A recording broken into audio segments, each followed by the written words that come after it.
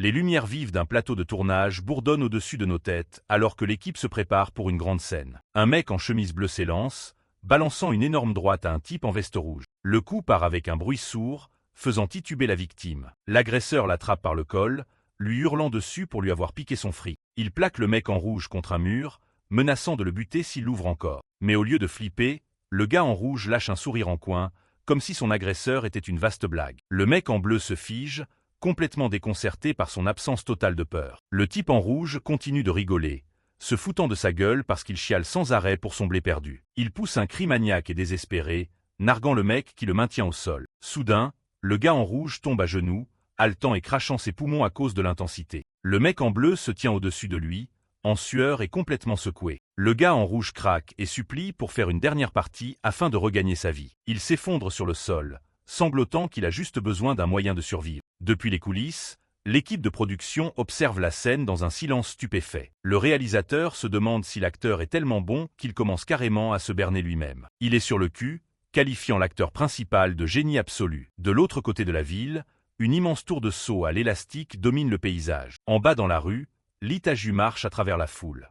Il a 30 piges, et la vie est loin d'être un conte de fées. Un couple joyeux s'arrête pour rigoler et prendre quelques photos ensemble. Ta-ju les prend en photo, mais il ne ressent pas la moindre étincelle de joie. Une petite fille à côté hurle à plein poumon, cherchant sa mère. Il la regarde chialer, mais le concept même de tristesse lui est complètement étranger. Un gros bras couvert de tatouages hurle au visage de quelqu'un pour une simple bousculade. Lee Ta-ju fixe la scène d'un air vide, réalisant qu'il n'arrive pas non plus à ressentir de la colère. Le caïd lui dit de dégager, et Ta-ju s'éloigne sans dire un mot. Il essaie de se rappeler la dernière fois que son cœur a vraiment palpité, mais c'est le trou noir. Debout près de la tour de saut, il se demande quand il se sentira enfin vivant. Il se dirige vers la gare routière pour acheter un aller simple pour East Séoul. Il allume un briquet, regardant la petite flamme danser dans le vent. Assis sur un banc, il réalise qu'il avait placé la barre beaucoup trop haut pour ce saut à l'élastique. Un autre jour passe, gaspillé dans un monde qui lui semble complètement gris. Il repense à cette embrouille inutile qu'il a essayé de provoquer avec le gros bras, ou le fait de s'être mis à fumer juste parce qu'il pensait que ça ferait rebelle. Même après une chute libre de 63 mètres, il n'a strictement rien ressenti. Les médecins disent qu'il est tout à fait normal. Il ne comprend donc pas pourquoi il est aussi brisé de l'intérieur. Juste à ce moment-là, un vieil homme mystérieux, très élégant avec son costume et son chapeau, attire son attention. Le vieux s'approche et lui demande s'il n'aurait pas vu un portefeuille perdu dans le coin. Lee Ta-ju lui lâche un « non » sec et détourne le regard. Le vieil homme se lamente sur sa poisse, mentionnant que le mariage de son neveu a lieu demain. Il a l'air complètement anéanti, expliquant qu'en plus de tout le reste, il a perdu son téléphone. Ta-ju remarque les yeux embués du vieux alors qu'il marmonne qu'il doit absolument se rendre à Séoul. Il se lève, demandant si le vieil homme va vraiment dans cette direction. Lee Ta-ju propose de lui payer un billet, se foutant pas mal de savoir s'il est en train de se faire arnaquer. Le vieil homme est fou de joie, promettant de le rembourser à la seconde où ils arriveront à Séoul. Ils s'assoient ensemble dans le bus, et Ta-ju réalise que même ce petit acte de gentillesse ne lui fait rien ressentir. Il regarde par la fenêtre, espérant que ce trajet sera un peu plus palpitant que son saut raté. Il en vient même à se demander s'il ne devrait pas plonger dans la criminalité juste pour ressentir un petit frisson. Il pense à devenir un usurier, puis regrette immédiatement d'avoir laissé son esprit s'assombrir autant. Soudain, le vieux prend la parole, l'avertissant de ne même pas rêver à devenir un requin de la finance. Il dit à Ta-ju de tendre la main, lui offrant une petite séance de voyance gratos pour faire passer le temps. L'inconnu inspecte sa paume avec un regard entendu. Ta-ju trouve ça glauque, se demandant si ce type peut carrément lire dans ses pensées. Le vieil homme lâche un petit rire, confirmant qu'il n'est pas loin d'être un télépathe. Il soupire et qualifie Ta-ju de jeune homme exceptionnellement pitoyable. Ta-ju est paumé, demandant ce que ça veut dire. Bordel. L'homme se penche et lui dit simplement de sourire un peu plus. Mais en entendant ça, Ta-ju rétorque intérieurement qu'il ne sourirait que s'il y avait vraiment une bonne raison de le faire. Le vieux se moque même de la réflexion de Ta-ju, qui pense qu'on ne doit sourire que quand un truc est vraiment marrant. Il explique que sourire n'est pas juste une réaction. C'est un truc qu'il faut s'efforcer de faire activement. L'inconnu l'a presque supplié d'essayer juste une fois, même s'il devait forcer un sourire. Mais il avait beau essayer, c'était tout bonnement impossible. Le vieil homme affiche un sourire immense et exagéré pour lui montrer comment on fait. Il lui demande si c'est marrant, avec son air complètement ridicule. Ta-ju laisse échapper un petit bruit, manquant de craquer un sourire lui-même. L'homme le remarque et demande s'il veut connaître le secret derrière cette expression. Il dit à Ta-ju de mémoriser ce visage, affirmant que ça lui sera super utile plus tard. Puis il lui donne une instruction bizarre. Aspire-le avec la main droite et recrache-le avec la gauche. Ta-ju est désormais certain que ce mec est un pur excentrique. Le vieil homme met un doigt sur ses lèvres, disant qu'il ne peut rien expliquer de plus pour l'instant. Une étrange lumière clignote devant les yeux de Taju, alors que le bus poursuit sa route. Une ligne brillante fend l'obscurité. Taju s'endort, l'esprit alourdi par cette rencontre chelou. Une voix l'interpelle soudainement, le tirant de sa torpeur. Le chauffeur de bus lui annonce qu'ils sont arrivés à Séoul et qu'il est temps de descendre. Taju cherche le vieil homme du regard, mais le siège à côté de lui est complètement vide. Il demande au chauffeur où est passé son voisin, mais ce dernier le regarde comme s'il était cinglé. Le chauffeur jure que le siège à côté de lui a été vide pendant tout le trajet. Taju se lève pour sortir, et remarque alors des billets empilés pile à l'endroit où se trouvait le vieux. Il se tient au beau milieu de la gare, serrant le fric dans sa main, complètement largué. Il commence à se demander s'il n'a pas été possédé par une sorte d'esprit. Le souvenir des gestes bizarres du vieil homme est encore vif et bien réel. Même si ça n'a duré que quelques heures, l'expérience l'a rendu plus alerte qu'il ne l'a été depuis des années. L'argent dans sa main est la preuve irréfutable que cette rencontre n'était pas qu'un rêve. Il est tiré de ses pensées par une agitation soudaine près d'un groupe d'écrans de télé. Une foule immense s'est rassemblée pour regarder la diffusion en direct d'une prestigieuse cérémonie de remise de prix.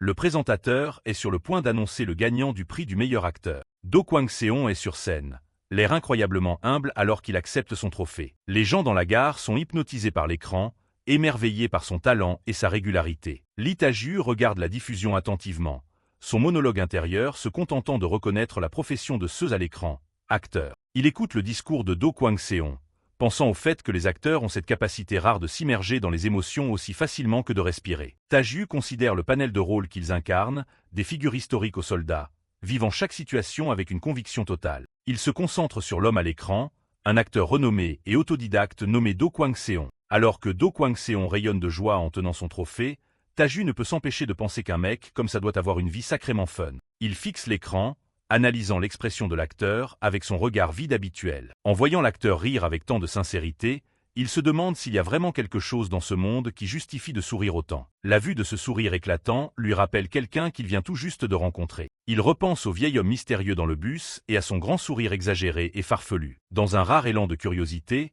Taju essaie d'imiter ce grand sourire niais, mais finit juste par lâcher un petit ricanement d'autodérision. Il reporte son attention sur la télé, mais un truc étrange commence à se produire sur l'image de Do Kwang-seon. Un tourbillon d'énergie bleue éthérée commence à se matérialiser sur l'écran, encerclant l'acteur. Les yeux de Taju s'écarquillent d'incrédulité lorsqu'il aperçoit le reflet de la flamme bleue dans ses propres pupilles. La flamme bleue jaillit de l'écran, coulant vers Taju comme une entité vivante. À l'intérieur de cette énergie tourbillonnante, il voit clignoter des images du passé de Do Kwang-seon et de ses différentes performances. Il ressent une envie inexplicable de sourire avec l'acteur, une sensation qu'il n'avait pas éprouvée depuis des années. Son cœur se met à battre la chamade dans sa poitrine, et il se demande s'il est vraiment en train de ressentir les émotions brutes de Do Kwang-seon. Il se rappelle le conseil cryptique que le vieil homme mystérieux lui a donné à propos de ses mains. Tendant le bras, Taju décide d'essayer, utilisant sa main droite pour attirer l'énergie bleue vers lui. Au moment du contact, il est inondé de visions de la vie de Do Kwang-seon, de ses moments d'études silencieux à son temps passé sur les plateaux. Il réalise qu'il est en train d'absorber les souvenirs même de Do Kwang-seon à travers cette étrange lumière bleue. Suivant les instructions du vieux,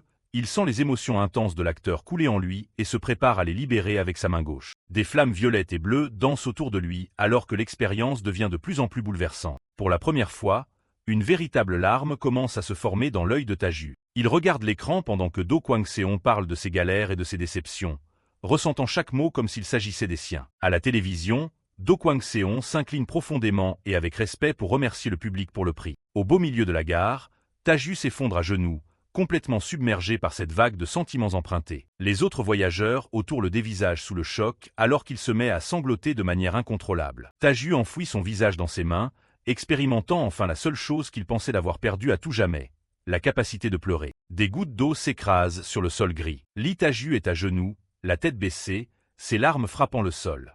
Les gens dans la gare routière le fixent, se demandant ce qui ne tourne pas rond chez lui et si ce n'est pas juste un fanatique obsessionnel. La foule chuchote, trouvant qu'il a l'air d'aller vraiment mal et débattant pour savoir s'il faut appeler les secours. Un agent de sécurité finit par s'approcher et lui demande s'il va bien ou s'il est au moins capable de se lever. Taju ne peut que rire à travers ses larmes, la main cramponnée à son visage pendant qu'il cherche son souffle. Cette vague d'émotion est écrasante. Il perd complètement les pédales, les yeux écarquillés alors qu'il réalise à quel point ce don est un truc de dingue. 3 jours plus tard, Taju est de retour chez lui, devant le lavabo de sa salle de bain.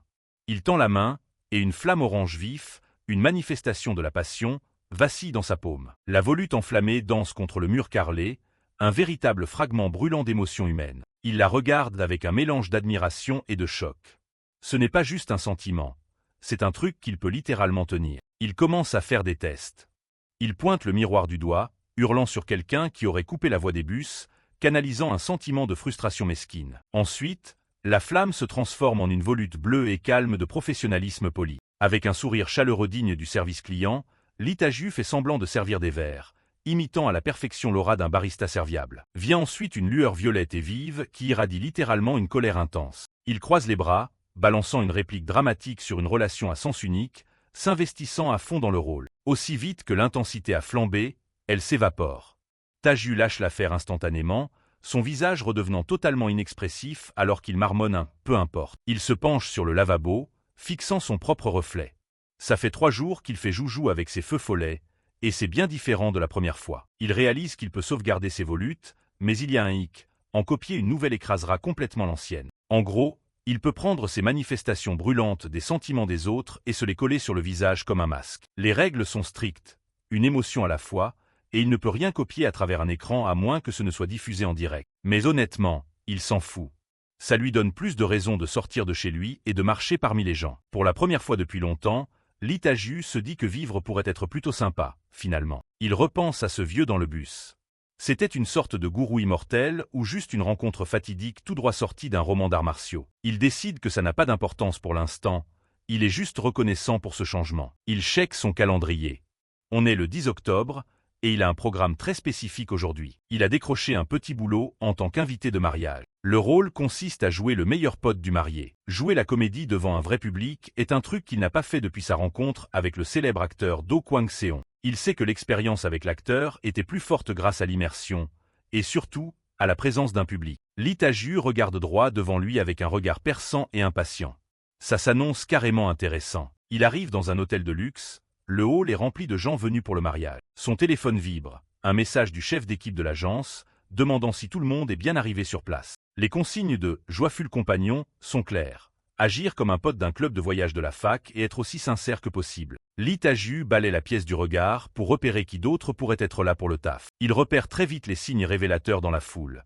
Cette distance gênante et ces regards qui fuient. Il passe devant un couple, gardant la tête baissée tout en évaluant les autres faux invités. Ils ont tous cette gueule typique d'intérimaire, blasé, oppressé, attendant clairement juste que le chèque tombe. Il sort son téléphone une dernière fois pour checker les ultimes consignes. Le chef d'équipe les supplie de respecter les règles de base, et surtout, de ne pas en faire des caisses. Taju fixe l'avertissement sur l'écran, son expression indéchiffrable. Il capte très bien pourquoi on leur demande de faire profil bas. Du point de vue des mariés, c'est le plus beau jour de leur vie. Ils sont terrifiés à l'idée qu'un jeu d'acteurs gênant et surjoué vienne bousiller toute la cérémonie, mais faire profil bas n'est pas vraiment au programme pour Taju. Litaju fixe son reflet, se préparant mentalement à plonger dans le rôle.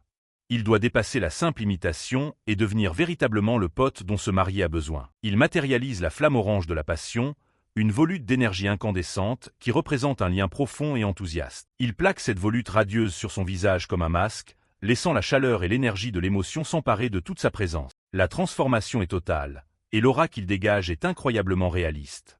Il n'a pas seulement la carrure de l'emploi, il a l'impression d'être vraiment à sa place. Litaju lâche un sourire éclatant qui a l'air super sincère, prêt à féliciter son client du fond du cœur. Soudain, un éclat de voix furieux résonne depuis les toilettes des hommes, brisant l'atmosphère paisible de l'hôtel. À l'intérieur, un homme en col roulé gris, l'oncle de Shin-sik, scénariste professionnel de drama, se couvre la bouche, n'en revenant pas d'avoir découvert que son neveu a engagé de faux invités. Quoique Shin-sik, le marié, a l'air sur le point de faire une crise de panique alors qu'il supplie son oncle de baisser d'un ton. Mais l'oncle s'en fout royalement. Il est outré qu'un scénariste de drama comme lui se fasse balader par une combine aussi cheap. Il pointe un doigt accusateur, gueulant que s'il avait su, il aurait pu ramener plus de monde qu'une chaîne de télé avec un simple coup de fil. Ils se tiennent au milieu des chiottes, la tension a coupé au couteau alors que Shin-sik essaie d'expliquer que seule sa femme et lui-même, l'oncle, sont au courant pour les figurants. Le scénariste se gratte la tête, frustré, craignant que la présence de ces imposteurs au mariage de son propre neveu ne le fasse passer pour un con, lui aussi. Il se retourne pour sortir, balançant à Shin-sik qu'il a fait une connerie monumentale en risquant le jour le plus important de sa vie sur un mensonge. Il le prévient que ces faux invités finissent toujours par tout foutre en l'air en voulant trop en faire, comme un acteur maladroit qui renverserait la pièce montée. Son conseil est clair et net. Dis-leur de s'asseoir gentiment, de bouffer leur repas, et de se casser sans faire de vagues. Mais juste au moment où ils sortent, une main jaillit en l'air, accompagnée d'une salutation forte et pleine d'entrain. Les deux hommes se figent, se retournant pour voir qui les interpelle avec autant d'assurance. C'est Lee Ta-ju, et il hurle le nom de Shin-sik comme s'ils étaient les meilleurs potes du monde depuis 10 ans. Il s'avance avec un sourire radieux, disant au marié qu'il avait presque oublié à quoi il ressemblait depuis tout ce temps. Il continue son numéro, racontant qu'il a été gravement blessé et presque à l'article de la mort, ce qui explique pourquoi ils ne se sont pas vus récemment. Lee Ta-ju pose une main amicale sur son épaule, faisant mine d'être sur le cul que son vieux pote se marie pour de vrai et lui offrant ses plus sincères félicitations. Shin-sik balbutie une réponse, essayant de jouer le jeu pendant que son cerveau tourne à plein régime. Il est sûr que ce mec est un acteur, mais sa performance est effroyablement bonne. Il transpire à grosses gouttes dans son smoking, se rappelant qu'il a spécifiquement demandé à l'agence de ne pas en faire trop. Il se rend compte que son oncle avait raison. Il cherche un moyen de le prévenir, mais la mère de Shin-sik s'approche alors, l'air ravi de voir un ami qu'elle n'avait encore jamais rencontré. Lee Ta-ju ne perd pas une seconde. Il s'incline profondément devant cette femme à l'air bienveillant en hanbok traditionnel et se présente comme un ami proche de la fac. Shin-sik regarde la scène, horrifié, alors que ce mec improvise une histoire complète au pied levé sans même transpirer. Ta-ju va jusqu'à réajuster la cravate du marié, lui disant de ne pas stresser et de tout déchirer. Shin-sik regarde par-dessus l'épaule de Ta-ju et voit son oncle les observer avec un regard perçant et suspicieux. Il sait qu'un expert en drama comme lui verra clair dans ce jeu en un quart de seconde. L'oncle se détourne, mais il a déjà décidé de garder à l'œil cet ami qui a l'air un peu trop parfait. Lee Ta-ju garde ce sourire éclatant et contagieux plaqué sur le visage, poussant le marié du coude pour l'inciter à parler et entretenir la conversation. Le scénariste revient à la charge, se penchant de près avec un grognement menaçant. Il dit à Shin-sik qu'un truc le chiffonne depuis un petit moment. Le cœur de Shin-sik bat à tout rompre alors qu'il se prépare à être inévitablement démasqué. Mais là, l'oncle le regarde droit dans les yeux et lui demande pourquoi il lance un regard aussi bizarre et soupçonneux à son si cher ami. La question prend Shin-sik complètement de court. Il commence à douter de tout. Il se touche le visage, transpirant à grosses gouttes alors qu'une pensée terrifiante lui traverse l'esprit. Et s'il connaissait vraiment ce mec et qu'il avait juste complètement zappé? Shin-sik regarde en arrière, sentant la tension dans la pièce grimper en flèche. Il commence vraiment à vaciller, hanté par l'idée que ce type pourrait réellement être son vrai pote. L'oncle scrute tout comme un faucon, plus sceptique que jamais. Shin-sik panique totalement, son cerveau surchauffant pour essayer de se rappeler qui est ce gars. Sa mère a déjà mordu à l'hameçon, rigolant comme si elle venait de rencontrer un vieil ami de la famille. Ta-ju se penche avec un sourire chaleureux, tandis que Shin-sik fouille désespérément dans ses souvenirs pour identifier cet invité mystère. Le marié est coincé dans une situation sociale dont il ne peut pas s'échapper, et le contexte fourni par Ta-ju force son cerveau à combler les trous. Shin-sik le fixe sous le choc, voyant sa vie défiler devant ses yeux alors qu'il essaie de donner un sens à ce mensonge. Avant qu'il ne puisse ouvrir la bouche, Ta-ju l'appelle par son prénom avec une assurance totale. L'acteur lui fait un petit signe amical de la main et un grand sourire, lui disant qu'ils se verront plus tard. Il le laisse planter là, complètement scié par ce qui vient de se passer. Mais alors que Ta-ju lui tend la main, une faible lueur bleue tourbillonne autour de sa paume, l'aura volé à l'œuvre. Shin-sik force un rire et le remercie, se lançant dans une impro désespérée pour protéger leur secret. La crise immédiate est passée, et l'acteur retourne tranquillement se fondre dans la foule. Il regarde sa main, ressentant la puissance de la fausse émotion qu'il vient tout juste de projeter. La cérémonie se poursuit, et la mariée prend place aux côtés de son nouvel époux. Ta-ju observe la scène depuis le côté avec un masque de calme absolu. L'officiant les déclare officiellement mari et femme. La salle éclate en applaudissements alors que les invités célèbrent cette union. Tout le monde s'y met, applaudissant le jeune couple. Ta-ju est juste là, au premier rang, applaudissant avec enthousiasme comme le meilleur pote qu'il prétend être. La mariée chuchote à son mari, lui demandant s'il est content de l'avoir écouté au sujet des invités supplémentaires. Elle est impressionnée de voir à quel point son côté de la salle a l'air blindé de monde. Shin-sik admet que c'est plutôt convaincant, mais il est toujours sur les nerfs. Puis elle pose la question qu'il redoutait par-dessus tout. C'est qui ce mec au premier rang? Elle pointe directement Ta-ju du doigt, qui a l'air plus à sa place que n'importe qui d'autre. Le cœur du marié fait un bond lorsqu'il réalise qu'elle a des doutes. Il lui répond qu'il lui expliquera plus tard, n'ayant toujours aucune foutue idée de qui il a engagé. Shin-sik regarde autour de lui et voit que sa mère, son oncle, et maintenant même sa femme se sont fait avoir. L'acteur garde simplement son sourire serein, se fondant parfaitement dans le décor. Il se répète de rester calme, priant pour que le reste de la cérémonie se passe sans encombre. Il essaie de garder la face, mais la mariée commence à se demander ce qui cloche. L'animatrice prend place au pupitre pour faire avancer le programme. Elle lance le segment suivant, où les invités peuvent partager des anecdotes sur les jeunes mariés. Shin-sik tente de rire avec les autres, bien que son sourire soit visiblement crispé. Le regard de la présentatrice brille d'une lueur malicieuse alors qu'elle se tourne vers le côté du marié. Le groupe de faux invités échange des regards inquiets, sentant le piège à planer. La mariée et le marié ont l'air absolument horrifiés alors que l'animatrice continue de parler. Elle évoque à quel point Shin-sik était populaire à la fac, et le marié a l'air sur le point de nous faire une attaque. L'animatrice demande à la salle si quelqu'un aimerait s'avancer et partager un souvenir. La mariée est prise de court, se demandant pourquoi la présentatrice improvise soudainement. Les acteurs sont pétrifiés, sachant pertinemment qu'ils n'ont pas la moindre histoire vraie à raconter. Le marié ferme les yeux, certain que leur immense mensonge est sur le point de s'effondrer. Un seul pas, confiant, vient briser le silence de la cérémonie. Taju se tient au milieu de l'allée et demande s'il peut dire quelques mots. L'animatrice est ravie d'avoir un volontaire, tandis que les mariés le regardent, le souffle coupé. Il s'avance, réajuste sa cravate, et se présente comme un ami d'un club universitaire avec un sourire parfaitement rodé. Shin-sik est en sueur, les yeux écarquillés, réalisant qu'il n'a pas d'autre choix que de jouer le jeu avec cet inconnu. L'acteur brode une histoire sur leur ancien club de voyage.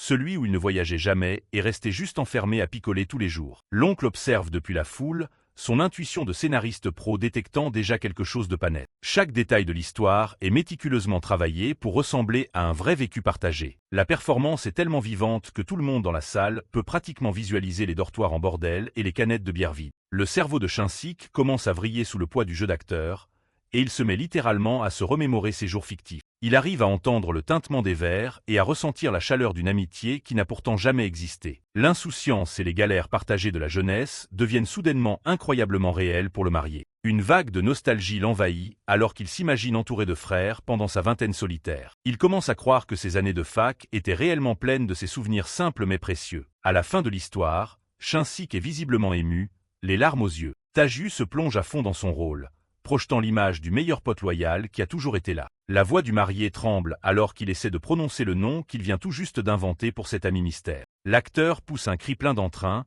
offrant ses félicitations les plus sincères au couple. Un murmure de stupéfaction parcourt les invités alors que le marié fond finalement en larmes. Il crie ses remerciements, appelant l'acteur Jong-gu avec une gratitude sincère et larmoyante. Les deux partagent une accolade dramatique sur scène pendant que la salle explose en une dernière salve d'applaudissements. Une fois sa performance terminée, Taju se replie vers le buffet pour remplir son assiette. Il attaque des travers de porc, rigolant intérieurement du faux nom que le marié a inventé sur le coup. Il est de super bonne humeur, trouvant que ce repas gratuit est une récompense bien méritée pour une prestation aussi parfaite. Il trouve une table tranquille et se dit que c'est quand même bien mieux que de faire des one-man shows tout seul. Prenant une grosse bouchée, il décide que prendre ce job de faux invité de mariage était définitivement une putain de bonne idée. En mastiquant, il commence à se demander ce qu'il devrait faire après un succès pareil. Il est coupé dans son élan quand une voix familière appelle le nom de Jong-gu à l'autre bout de la pièce. Shin-sik et sa femme se sont changés pour mettre leur hanbok traditionnel et lui font de grands signes avec un sourire jusqu'aux oreilles. Le marié s'excuse de ne pas l'avoir reconnu plus tôt,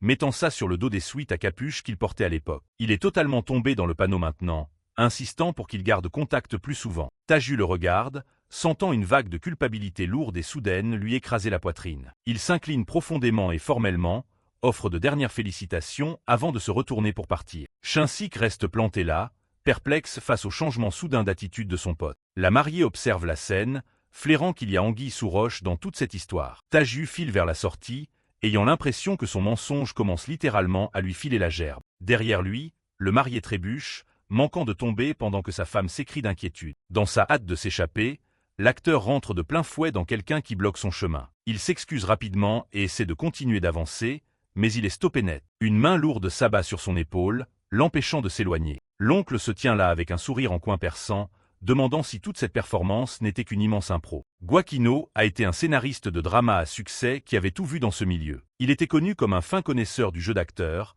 doté d'un œil pour le talent capable de faire pâlir n'importe quel directeur de casting. Même un pro comme lui s'était brièvement fait avoir en pensant que Lee Taju n'était qu'un beau gosse invité au mariage. Mais ensuite, il a capté le changement total de prestance, comme si Taju enfilait un masque d'immersion pure. Gwak a trouvé tout ce truc hallucinant, n'en croyant pas ses propres yeux. La façon dont le gamin gérait les impros et répondait à l'animatrice, c'était un niveau de jeu d'acteur professionnel de haut vol. Il a pigé que ce mec était soit un pur débutant, soit un amateur qui n'avait même pas encore fait ses débuts. Bien décidé à ne pas le laisser filer, Gwak l'arrête et lui demande avec quelle agence il bosse. Taju fait l'innocent, jurant qu'il ne voit absolument pas de quelles impros ou agences le gars parle. Quand il lui demande qui il est, Gwak se présente simplement comme l'oncle de Shin-sik. Il dit à Taju de laisser tomber son numéro, affirmant qu'il en a déjà vu assez sur ses capacités. Gwak mentionne qu'il connaît tous les nouveaux visages de cette année et lui demande s'il est étudiant en théâtre ou issu d'une académie. Taju garde ses distances, déclarant qu'il n'est qu'un diplômé du lycée au chômage et rien de plus. Gouac le trouve intéressant,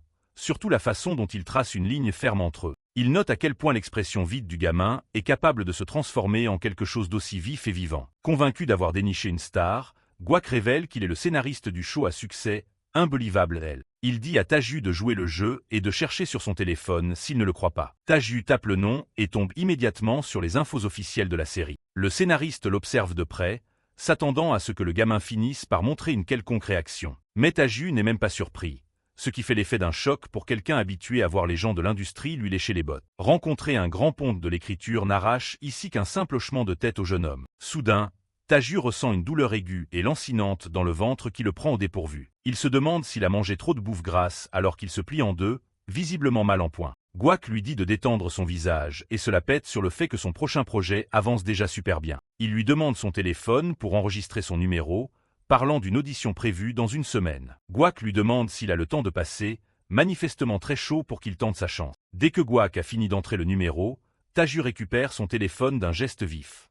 Il était hyper pressé, l'esprit en panique alors qu'il titubait sous la douleur soudaine et intense qui lui vrillait le bide. Il promet de répondre plus tard tout en essayant de se tirer vite fait de la conversation. Gouac lui hurle de bien shaker ses messages pour les détails, pendant que Taju s'enfuit en courant. Le scénariste le regarde s'éloigner avec un air suffisant, certain d'avoir mis la main sur une perle rare. Il passe un coup de fil direct, disant à son interlocuteur qu'il a enfin trouvé le bon. Il est convaincu d'avoir touché le putain de jackpot avec ce gamin mystérieux. Pendant ce temps, Taju reçoit une notification sur son téléphone qui détruit complètement la bonne humeur qui lui restait. C'est un texto de son agence, Happy Together, disant que le client a pété un câble et qu'il le vire. De retour dans sa petite chambre, il s'allonge sur son lit et fixe le message dans un silence total. La réalité le frappe enfin.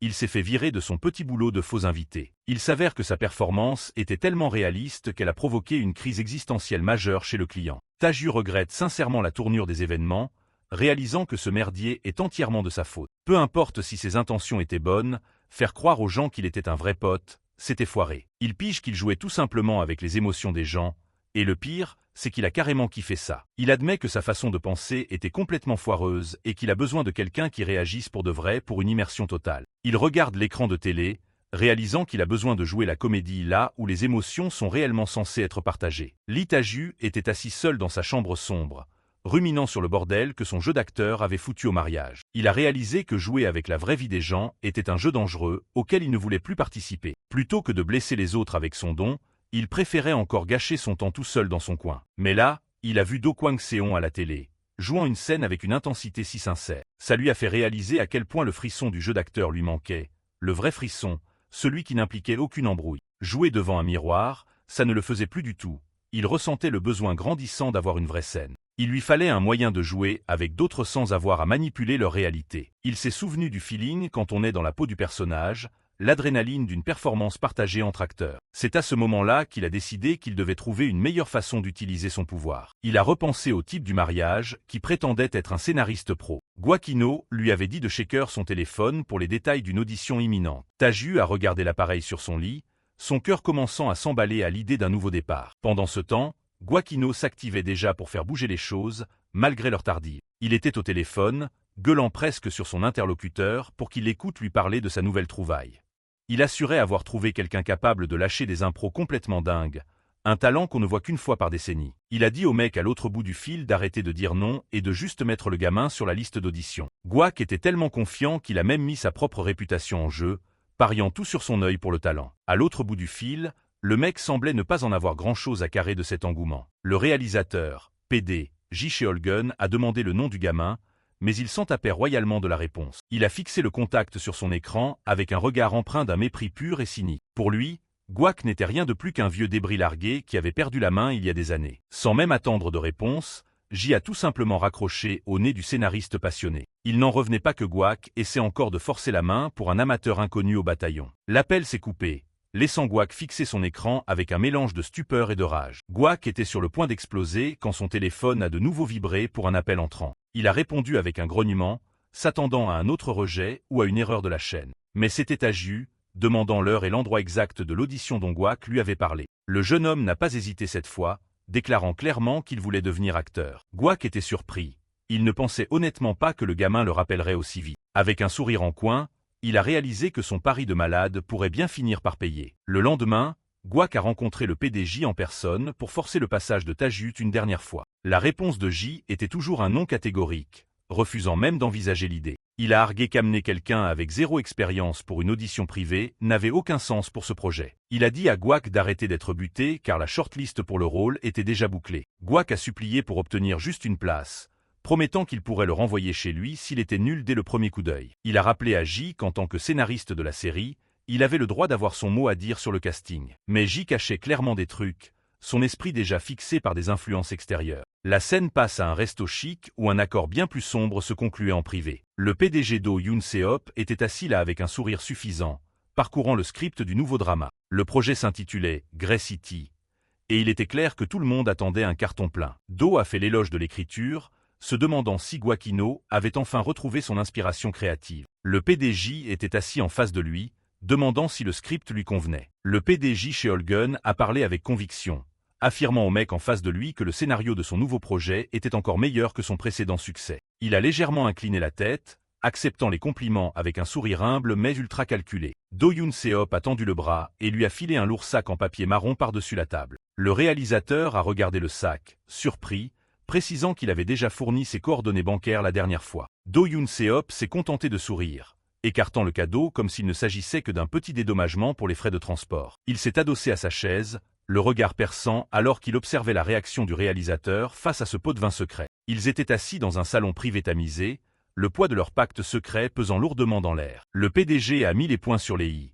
Il s'attendait à ce que les prochaines auditions restent totalement privées. Le PDJ a immédiatement capté le message sous-jacent, demandant si tout ce cirque servait à garantir que Kim Won soit pris. Do Yoon Seop a confirmé qu'ils étaient sur la même longueur d'onde, proposant même de rebosser ensemble sur de futurs projets. Il a dit au réalisateur de ne pas trop se mettre la pression, bien que son sourire de prédateur disait clairement l'inverse. Il voulait simplement que J reconnaisse l'immense potentiel que son idole star, Won, possédait pour ce rôle. Plus tard, le PDJ a parcouru le profil du jeune homme qu'il était désormais obligé d'engager. Kim Won était une idole reconvertie en acteur, poussé de manière agressive par Do Yoon Seop et YKB Entertainment. Le rôle qu'il visait était celui d'O Dae-bak, un second rôle intense décrit comme un accro au jeu et un vrai psychopathe. Bref, c'était exactement le genre de rôle qui vole la vedette et cimente la réputation d'un acteur. Le plan de Do Yoon Seop était d'utiliser ce personnage spécifique pour graver le nom de Kim Won dans l'esprit du public. Le PDG était un homme d'affaires rusé qui savait exactement quels acteurs allaient rapporter le plus de cash. C'était un arrangement parfait où le PDG s'en mettait plein les poches,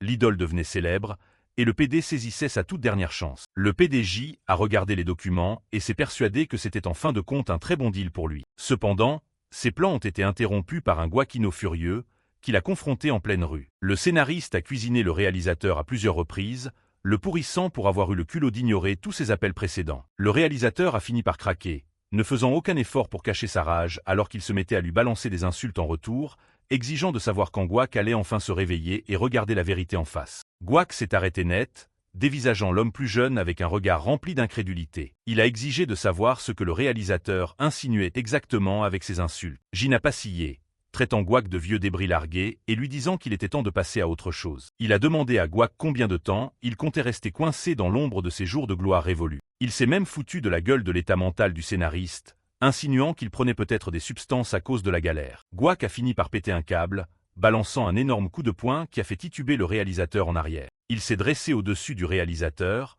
lui demandant s'il avait complètement perdu la boule. J s'est essuyé le visage et a répliqué que l'ego de Gouak était la seule chose vraiment cinglée dans l'histoire. Gouak est resté planté là, le visage tordu de douleur, alors que les mots durs du réalisateur faisaient mouche. Le réalisateur a hurlé que c'était la putain de vérité, soulignant la série d'échecs de Gouak alors que des badauds s'attroupaient. Il a accusé Gouak d'avoir cette habitude toxique d'imposer ses petits chouchous dans des rôles clés à chaque projet. Gouak a contre-attaqué, hurlant que le réalisateur hochait aussi la tête pour valider ses choix dans le passé. Le PDJ s'est encore foutu de lui, demandant combien Lita Ju l'avait payé pour décrocher cette audition. Les yeux de Gouak se sont plissés lorsque le nom de l'idole, Kim Won, a finalement été lâché. Il a capté que J flippait que Tajut éclipse carrément l'idole qu'il était payé pour engager. Le réalisateur a gardé le silence pendant un moment, incapable de répondre directement à l'accusation du scénariste. Puis, un sourire cruel et condescendant s'est dessiné sur le visage de J alors qu'il décidait de mordre à l'hameçon. Il a mis Gouak au défi d'amener qui il voulait, déclarant qu'il allait exposer au grand jour le jugement foireux de Gouak. Il a balancé un défi final,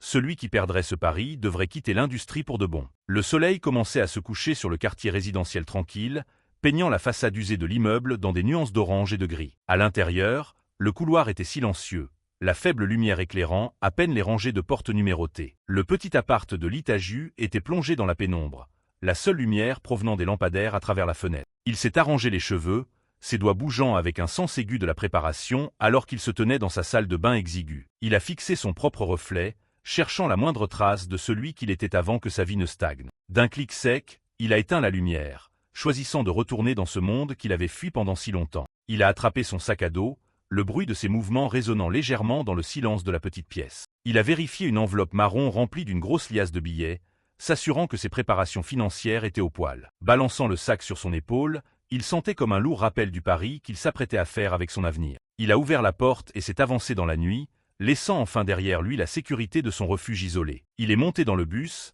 ses mouvements rythmés marquant la transition entre sa vie privée et la ville bouillonnante. Le bus s'est éloigné du trottoir, emmenant l'Itaju vers la première étape de son nouveau plan hyper risqué. Après être descendu, il a marché dans les rues, silhouette solitaire avançant avec détermination à contre-courant de la foule du soir. Il a fait signe à un taxi, le bras levé assez haut pour être vu à travers la lueur brumeuse des lumières de la ville. Le chauffeur l'a regardé dans le rétro avec un air sceptique, demandant si son jeune passager avait vraiment le fric pour payer un si long trajet. Une fois rassuré par la réponse, le chauffeur lui a demandé sa destination alors qu'il s'insérait dans le trafic de minuit. L'Itaju était assis sur la banquette arrière, le regard fixe, ne clignant pas des yeux lorsqu'il a annoncé sa destination, le célèbre Kanixland. Une main distribue habilement un paquet de cartes flambant neufs sur le tapis vert d'une table de jeu. La bille argentée cliquette autour de la roulette alors qu'elle commence à ralentir. Des rangées de machines à sous clignotantes remplissent la salle, leurs écrans promettant le jackpot à quiconque aurait assez de cul. L'immense salle de casino de Kangwonland est une marée humaine de gens qui courent après la fortune. Un type en sweat à capuche sombre est assis, recroquevillé,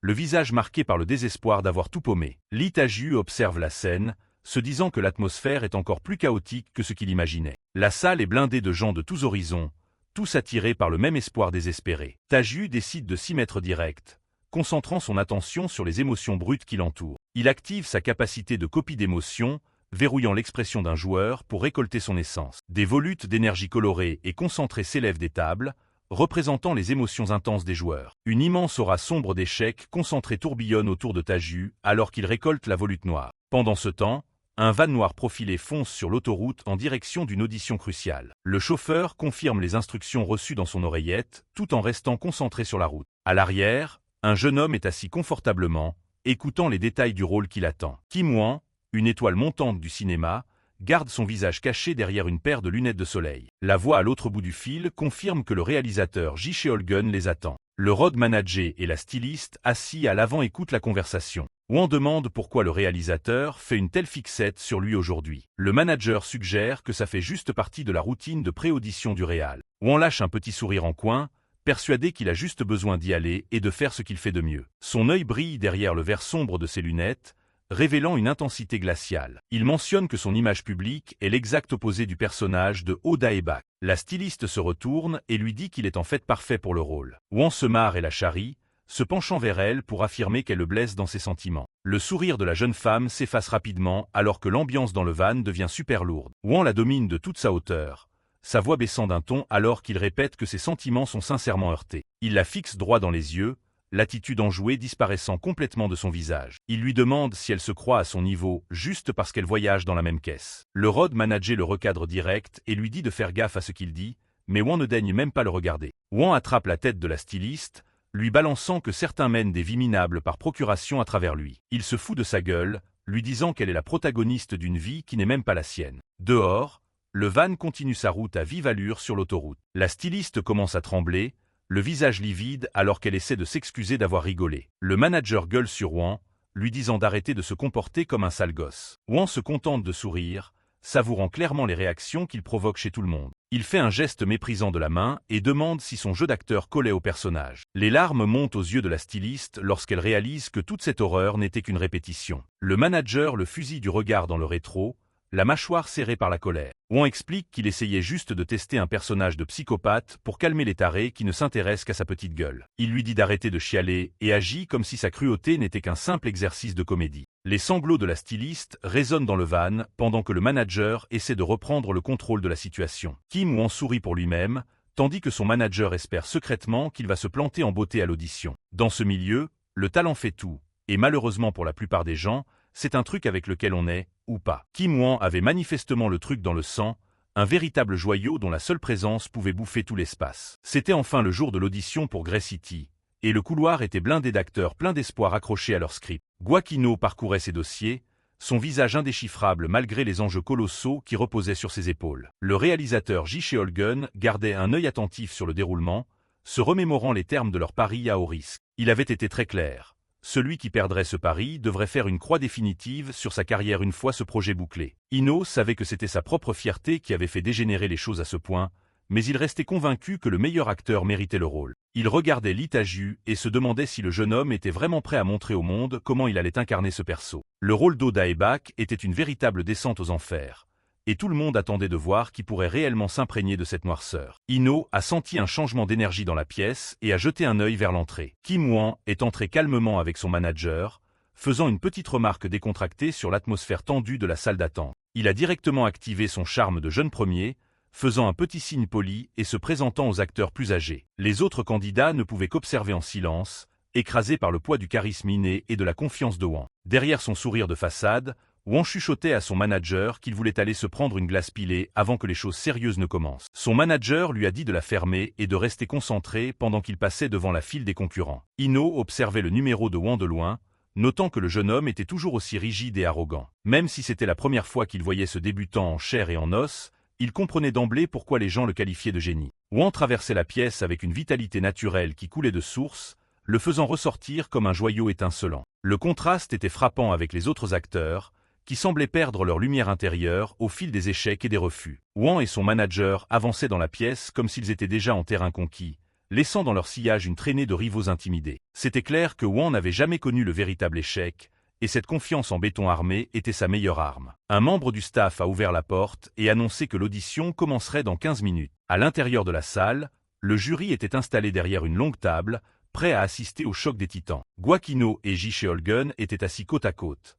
La tension entre eux était si lourde qu'on aurait pu la couper au couteau. J a offert une ultime chance d'annuler le pari, mais Ino a simplement répondu qu'il n'avait aucune intention de faire marche arrière. Le réalisateur a pouffé et a demandé où était passé ce fameux Lee Ta-ju, convaincu qu'Ino allait amèrement regretter son entêtement. Kim Wang se tenait parmi les autres acteurs, se demandant si son concurrent principal s'était au moins pointé. Ino gardait le silence, les yeux rivés sur la porte, attendant que son protégé fasse son entrée. J commençait à s'agacer de ce silence, exigeant qu'Ino l'ouvre au lieu de se donner un air cool. C'est à ce moment-là qu'un bruit de pas lourd a résonné depuis le pas de la porte, signalant l'arrivée du dernier joueur. Le réalisateur J pétait la confiance intérieurement, persuadé qu'Ino ne pourrait jamais dénicher quelqu'un d'aussi brillant que Kim Wang. Mais quand la porte s'est ouverte, le visage du réalisateur s'est vidé de son sang et il a commencé à suer à grosses gouttes. Ce qui a surgi n'était pas une étoile brillante, mais une silhouette qui semblait être l'incarnation physique de tous les fiascos de ce monde. Lee Ta-ju entra dans la pièce, enveloppé d'une obscurité pure et insondable qui semblait engloutir toute la lumière autour de lui. Lee Ta-ju reste planté là,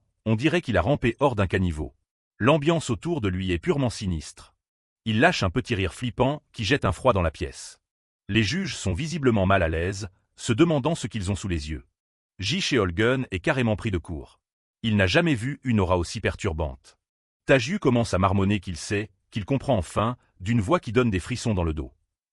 En voyant ça, le réalisateur est persuadé que le scénariste a juste ramassé un clodo dans la rue pour les choquer et leur retourner le cerveau. J'y ressens une répulsion physique si forte qu'il ne veut même pas croiser son regard. Un seul coup d'œil dans ses yeux intenses, et il sait qu'il ne veut absolument rien avoir à faire avec lui. Même l'équipe de Kim Wang murmure sur le côté anormal de ce gamin.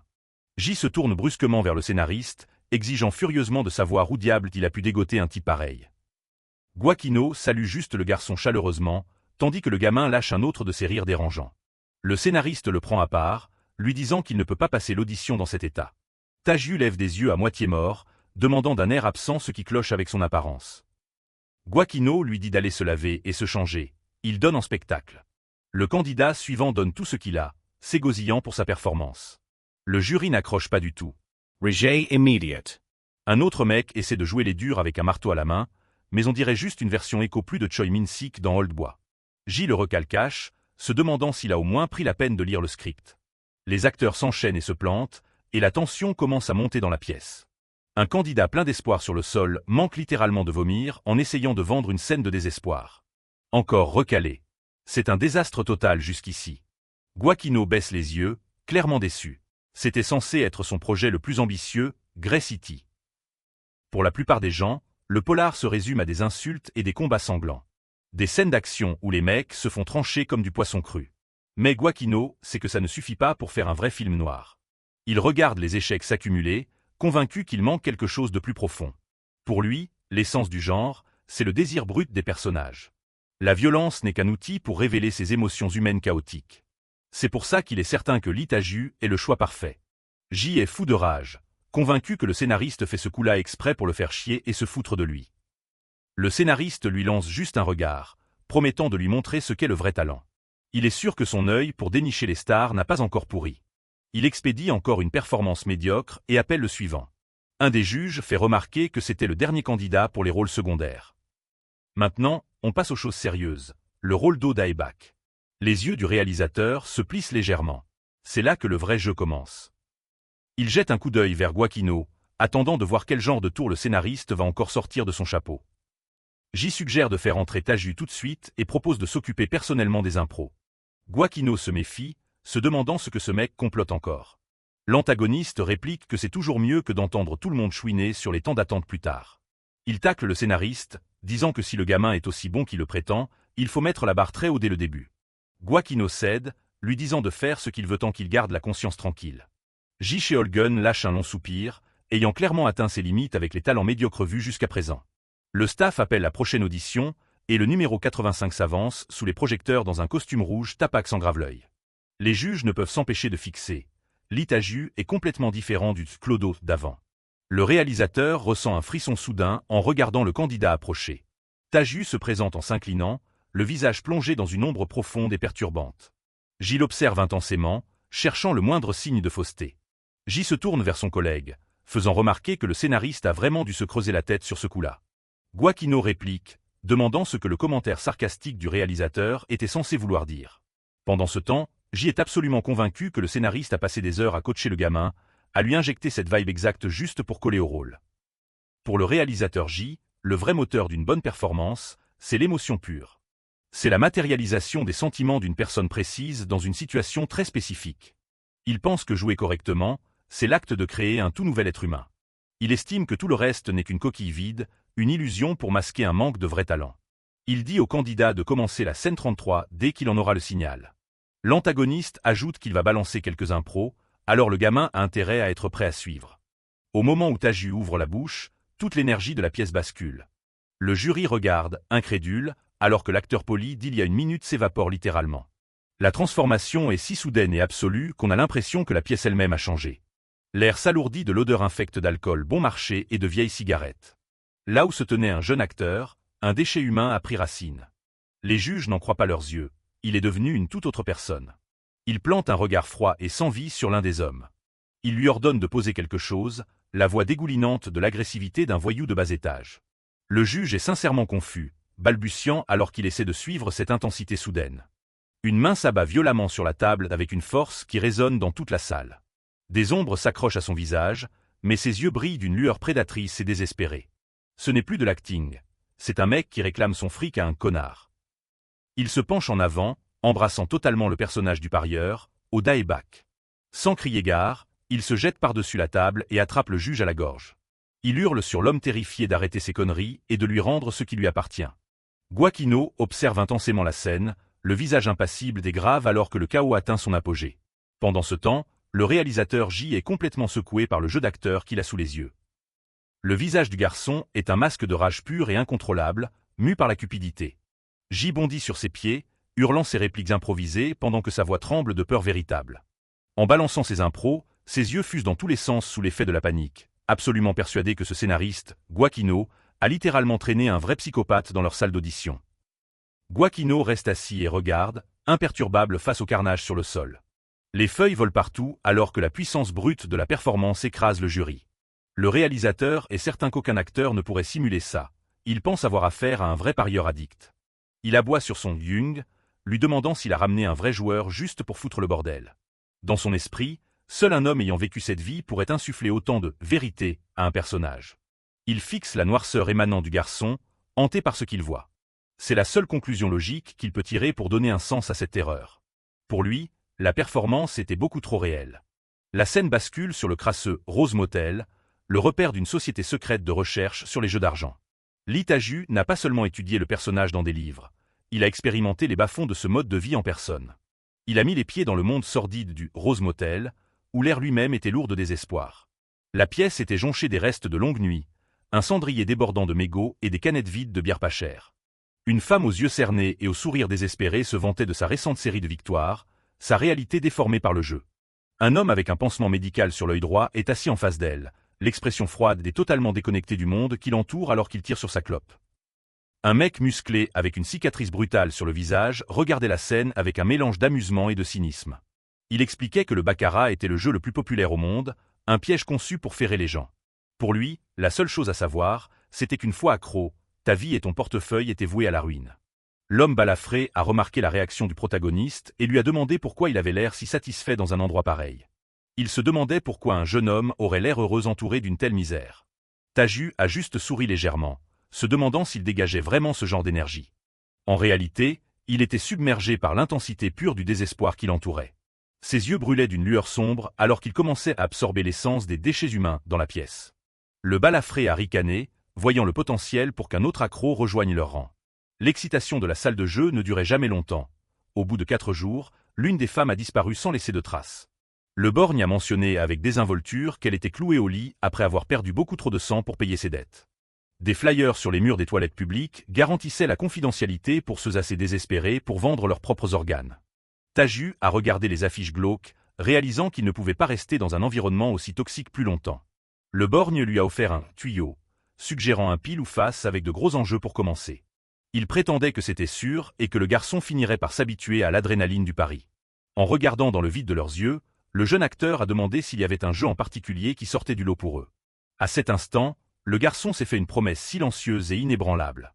Le toxico parlait des paris à gros enjeux comme d'un passe-temps anodin, aveugle à la pourriture de sa propre âme. Il a juré de ne jamais devenir comme eux, des gens dont le cerveau même avait été pourri par le frisson de la victoire.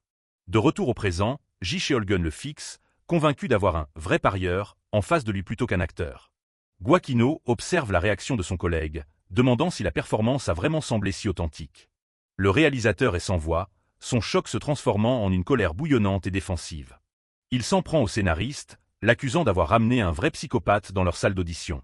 J'y ai persuadé que Gwaquino a traîné le gamin tout droit d'un casino après une nuit de beuverie.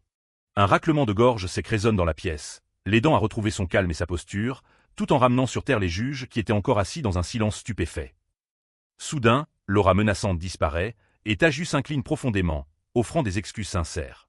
Le « parieur » n'est plus là, remplacé par un jeune homme poli qui craint d'être allé un peu trop loin dans la scène. Avec un regard penaud, le candidat demande au jury s'il peut réessayer la scène une fois de plus. J ne peut que le dévisager, bouche bée face à ce changement de personnalité total et instantané. L'odeur épaisse et oppressante de cigarettes et d'échecs qui emplissait la pièce quelques instants plus tôt a complètement disparu. Ta-ju admet se sentir un peu étourdi, son corps réagissant à l'intensité de l'immersion. Le réalisateur est hanté par cette transition, se demandant comment quelqu'un a pu invoquer une telle puanteur à partir de rien. Les autres juges sont scotchés, commentant qu'il a l'air et se comporte comme une personne complètement différente maintenant. Reconnaissant l'impact que la performance a eu sur tout le monde, Gwaquino suggère de faire une petite pause. J grince des dents, son ego blessé alors qu'il dit au scénariste de faire comme bon lui semble. La tension dans la pièce est palpable alors que le staff commence à évacuer pour la pause. L'antagoniste se retire aux toilettes, penché au-dessus d'un lavabo alors qu'il essaie d'assimiler le talent terrifiant dont il vient d'être témoin. Ji Cheolgun se tient seul dans les toilettes, l'esprit en ébullition alors qu'il repense au vrai parieur qu'il vient de voir. Il réalise qu'il lui faut un plan pour reprendre le contrôle de l'audition. Jurant dans sa barbe, il se penche sur le lavabo, hanté par la performance troublante qui a balayé toutes ses certitudes. Il fixe son propre reflet, désespéré de trouver un moyen de rattraper le coup avant que Lee Ta-ju n'éclipse complètement son candidat favori. Il se demande comment il pourrait bien contrer une performance aussi effroyablement parfaite et authentique. Pour le réalisateur, ce n'était pas juste du bon jeu, c'était une transformation totale, comme un aperçu de l'âme d'une autre personne. Le bruit de l'eau qui coule du robinet remplit la pièce silencieuse alors qu'il continue de sombrer dans ses propres pensées. Soudain, une voix brise sa concentration. Quelqu'un d'autre est dans les toilettes avec lui, observant sa détresse. C'est le chef Zhang de YKB, qui semble avoir attendu ce moment précis pour aborder le producteur troublé. Le chef Zhang affirme avec assurance que Kim Wan reste le candidat principal pour le rôle d'Oda Ebak, peu importe ce qu'ils viennent de voir. Le chef remarque le manque de confiance de Ji et lui rappelle les enjeux colossaux de cette production. Il insiste sur le fait que pour le bien de leur PDG, Kim Wan doit absolument obtenir le rôle. Il évoque leur réunion avec le grand patron, lâchant un avertissement sombre sur le fait que Ji a tout intérêt à s'assurer que le résultat final corresponde exactement à leurs attentes. Ji Cheolgun reste sceptique, arguant qu'un jeu d'acteur standard ne suffira tout simplement pas face au talent brut de Taju. Il rappelle au chef qu'ils ont tous deux été témoins d'un niveau de performance que seule une poignée d'acteurs dans tout le pays est capable de sortir.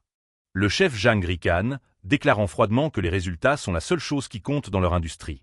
Il estime que la valeur d'un acteur ne se limite pas à son talent, mais à sa capacité à attirer l'attention du public et à générer du profit. Le chef compare les deux candidats, qualifiant Taju de « nobody », qui ne peut en aucun cas rivaliser avec la notoriété d'un ancien idole comme Kim Wan.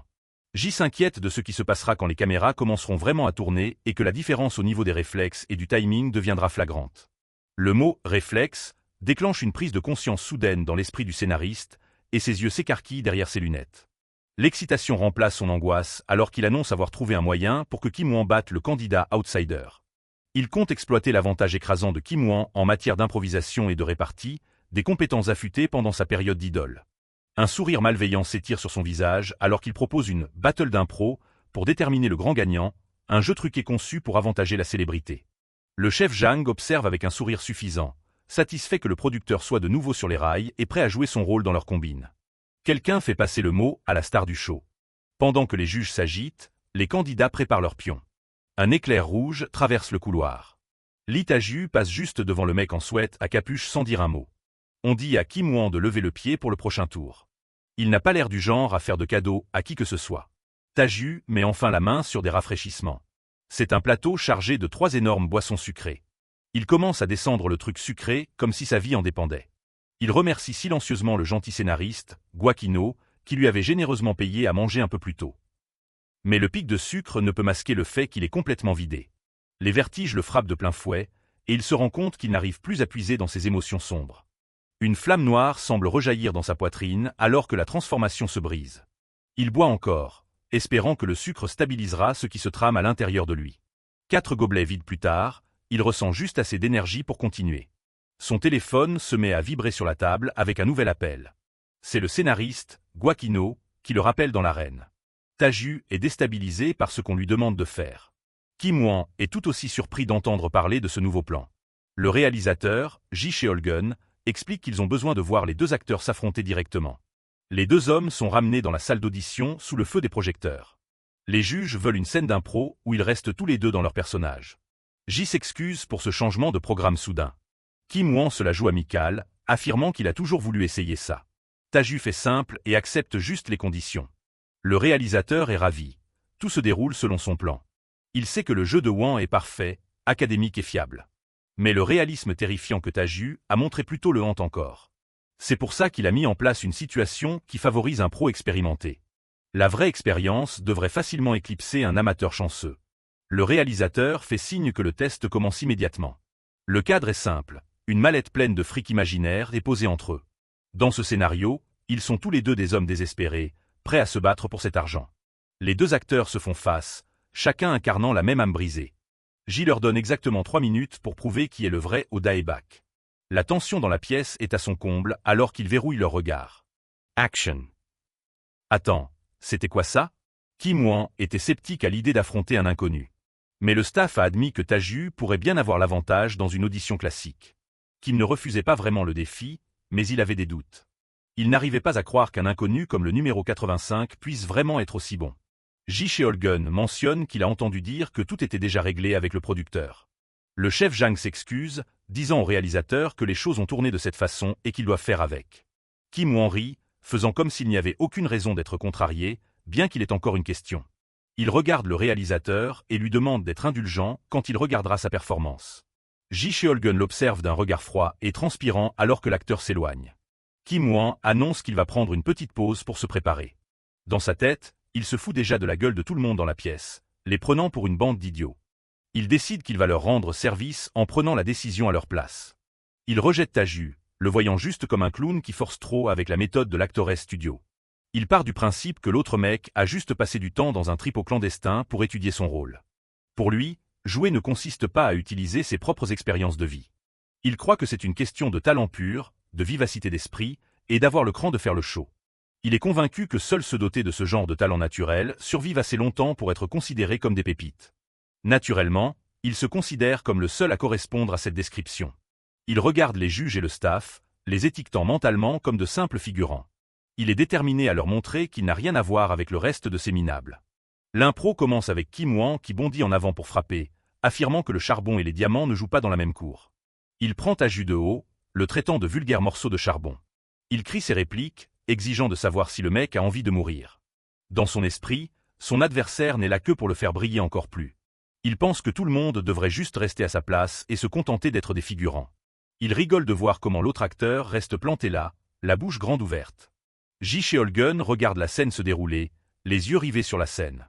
Il réalise que pour certains acteurs, se contenter de réagir à l'énergie du rôle principal suffit. Mais les choses prennent une tournure brutale quand Taju prend enfin la parole. Taju s'immerge tellement dans son personnage qu'il commence à remodeler toute la scène. Il lève les yeux et demande si Kim Hwan le prend aussi de haut. C'est un moment où le personnage semble effroyablement vivant, même sans script préétabli. Il transforme une audition standard en une scène que personne dans la pièce n'oubliera jamais. Il va bien au-delà de ce qui était écrit sur la page, brisant les frontières de la scène. Le réalisateur réalise qu'un acteur avec ce genre de présence est la vraie perle rare qu'il cherchait. Une aura sombre et écrasante entoure l'homme en costume rouge. Kim Hwan est paralysé en réalisant que ce n'est plus lui qui brille. C'est lui qui est en train de s'effondrer sous le poids de la performance de son adversaire. Il a le souffle coupé alors que son sang-froid lui est totalement arraché. Sa métaphore arrogante sur le diamant est pulvérisée par la réalité brute et sans vie de son propre jeu. Une lourde porte claque. Le réalisateur J marche à grands pas dans le couloir, l'air d'avoir vu un fantôme. Gwaquino l'aperçoit et l'interpelle avec surprise. Mais le réalisateur ne s'arrête pas, l'esprit bloqué sur ce qui vient de se passer dans la salle d'audition. J regarde dans le vide, hanté par le souvenir de ce rookie monstrueux. Il laisse couler l'eau, essayant de noyer le bruit dans sa tête. Il se penche sur le lavabo, son reflet mimant son état de choc. Il n'arrive toujours pas à comprendre comment le gamin a réussi à sortir une performance pareille. Ce n'était pas juste du bon jeu, c'était une transformation totale. À la seconde où Lee Taju est monté sur scène, il n'a pas seulement joué un parieur, il en est devenu un. Les yeux de J s'écarquillent alors qu'il se remémore chaque détail glaçant, du regard intense aux impros soudaines. Même le sol semblait changer, se transformant en une moquette crasseuse de casino sous ses yeux. Il pouvait presque entendre le cliquetis des jetons de casino qui n'étaient même pas là. Et sentir la légère puanteur amère de l'alcool accroché dans l'air. Un rire nerveux lui échappe. Il continue de rire face au miroir, la peau encore hérissée de frissons. Gwaquino entre, le regardant avec un pur jugement. Il traque le réalisateur jusqu'au lavabo, se demandant pourquoi il se cache ici. Il se fout de J pour sa manie de bouder dans les toilettes à chaque fois que les choses ne tournent pas en sa faveur. Le réalisateur lui lance un regard noir, demandant s'il est juste venu jubiler. Gwaquino croise les bras, exigeant des excuses sincères pour ce bordel. Il rit au nez du réalisateur, lui demandant s'il est enfin prêt à prendre sa retraite. J n'écoute pas, l'esprit focalisé sur la façon dont Kim Hwan a ruiné ses plans. Il s'arrête, une nouvelle pensée perçant le bruit. Taju n'est pas juste un addict, c'est un talent brut. Le sourire de Gwaquino disparaît quand il voit que le réalisateur ne compte pas reculer. J exige de savoir de quelle école ou troupe sort le gamin. Il réalise qu'il est tombé sur une perle absolue que personne d'autre n'a encore découverte. Pas d'agence, pas d'expérience, un maître absolu caché au grand jour.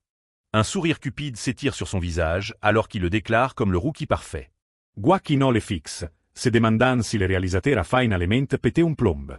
Ce soir-là, les lumières de la ville encadrent l'imposant siège de YKB Entertainment. À l'intérieur du bureau du PDG, l'air est froid et professionnel. Le boss appelle son manager sans même se retourner. Le manager Jang se tient au garde à vous, le visage masqué par le professionnalisme. Le PDG mentionne son signe astrologique, rappelant à son manager qu'il règle toujours ses comptes. Le manager Jang ferme les yeux et hoche la tête, sachant qu'une tempête se prépare pour quelqu'un. Le boss demande si Ji-Cheol-gun agissait de son propre chef ou si le message n'a jamais été transmis. Il ordonne au manager de faire fuiter quelques pistes de choix aux journalistes. Il a décidé qu'il est temps pour le réalisateur de prendre de très longues vacances définitives. Il congédie le manager Zhang, demandant un retour sur la performance de Kim Hwang plus tard. Les immenses portes du bureau se referment avec un clic. De retour dans le bureau du PDG, Kim Kwang-woo jure entre ses dents, défonçant Kim Hwang pour avoir causé un bordel aussi monumental et hallucinant. Kim Kwang-woo ricane, pointant du doigt alors qu'il peste contre les rookies qui pensent que l'ego suffit pour réussir. Il connaît la réalité du milieu, et si le talent était si courant, les rues seraient pavées d'or. Il se tourne vers Do Yoon-seop, restant ferme sur sa conviction que la détermination fait tout. L'acteur musclé se penche en arrière, rejetant tous ceux qui manquent d'un engagement profond envers leur art. Il poursuit sa critique, affirmant qu'il peut repérer un pleurnichard à des kilomètres. Yoon-seop écoute calmement, l'expression indéchiffrable alors qu'il assimile les plaintes du vétéran. Le manager change de sujet, demandant qui a fini par décrocher le rôle d'O Dae-bak. Juste à ce moment-là, sa poche se met à vibrer à cause d'un appel entrant. Il porte un doigt à ses lèvres, réclamant le silence alors qu'il vérifie l'écran. Kwang-woo hoche la tête, se taisant immédiatement. Yoon-seop décroche, saluant le réalisateur J à l'autre bout avec une pointe de scepticisme. De l'autre côté de la ligne, le réalisateur a l'air complètement vidé, des perles de sueur sur le front. J lâche un rire forcé, sonnant comme un homme au bord d'une illumination ou d'une crise de nerfs. Yoon-seop s'enfonce dans son fauteuil, disant au réalisateur de balancer la sauce puisqu'il a besoin de se divertir. Ses yeux s'écarquillent légèrement en entendant le pitch de l'autre côté. L'idée qu'un nouvel acteur leur soit envoyé le prend au dépourvu, mais il dit au réalisateur d'envoyer la vidéo d'abord. Il pose son téléphone d'un clic sec. Sans un mot, il fait glisser son ordinateur portable vers lui. Kwang-woo se penche, curieux de savoir quel genre d'audace le réalisateur a encore osé. Yoon-seop explique qu'il s'apprête à voir la vidéo du rookie qui a réussi à écraser Kim Hwang. La nouvelle frappe Kwang-woo comme un coup de poing. Il n'arrive pas à croire qu'un parfait inconnu ait pu réussir ça. Il lance la lecture, et l'écran se remplit de l'image intense du candidat en costume rouge. Yoon-seop fixe l'écran, le regard rivé sur la présence troublante du jeune homme. La vidéo commence avec Lee Ta-ju qui se présente simplement comme le numéro 85. Les mots sortent d'abord faiblement, à travers les enceintes médiocres du PC de bureau. Mais à mesure que la performance se déploie, l'atmosphère dans la pièce commence à changer. C'est comme si le bureau avait disparu, remplacé par la tension étouffante d'un cinéma de fin de soirée. Il regarde en silence, complètement hypnotisé alors que l'écran montre une scène de violence brute et viscérale. Kwang-woo a l'air secoué, les yeux fixés sur l'écran même après la fin de la scène. Yoon-seop rompt le silence, demandant au vétéran s'il a ressenti cette même étincelle de pur talent. Il baisse les yeux sur son téléphone, un sourire de prédateur barrant son visage. Il réalise qu'en ce moment, la valeur marchande de Ta-ju est au plus bas, ce qui fait de lui la cible parfaite pour un contrat. Pendant ce temps, de l'autre côté de la ville dans un pub, Gwaquino lève la main avec un sourire confiant.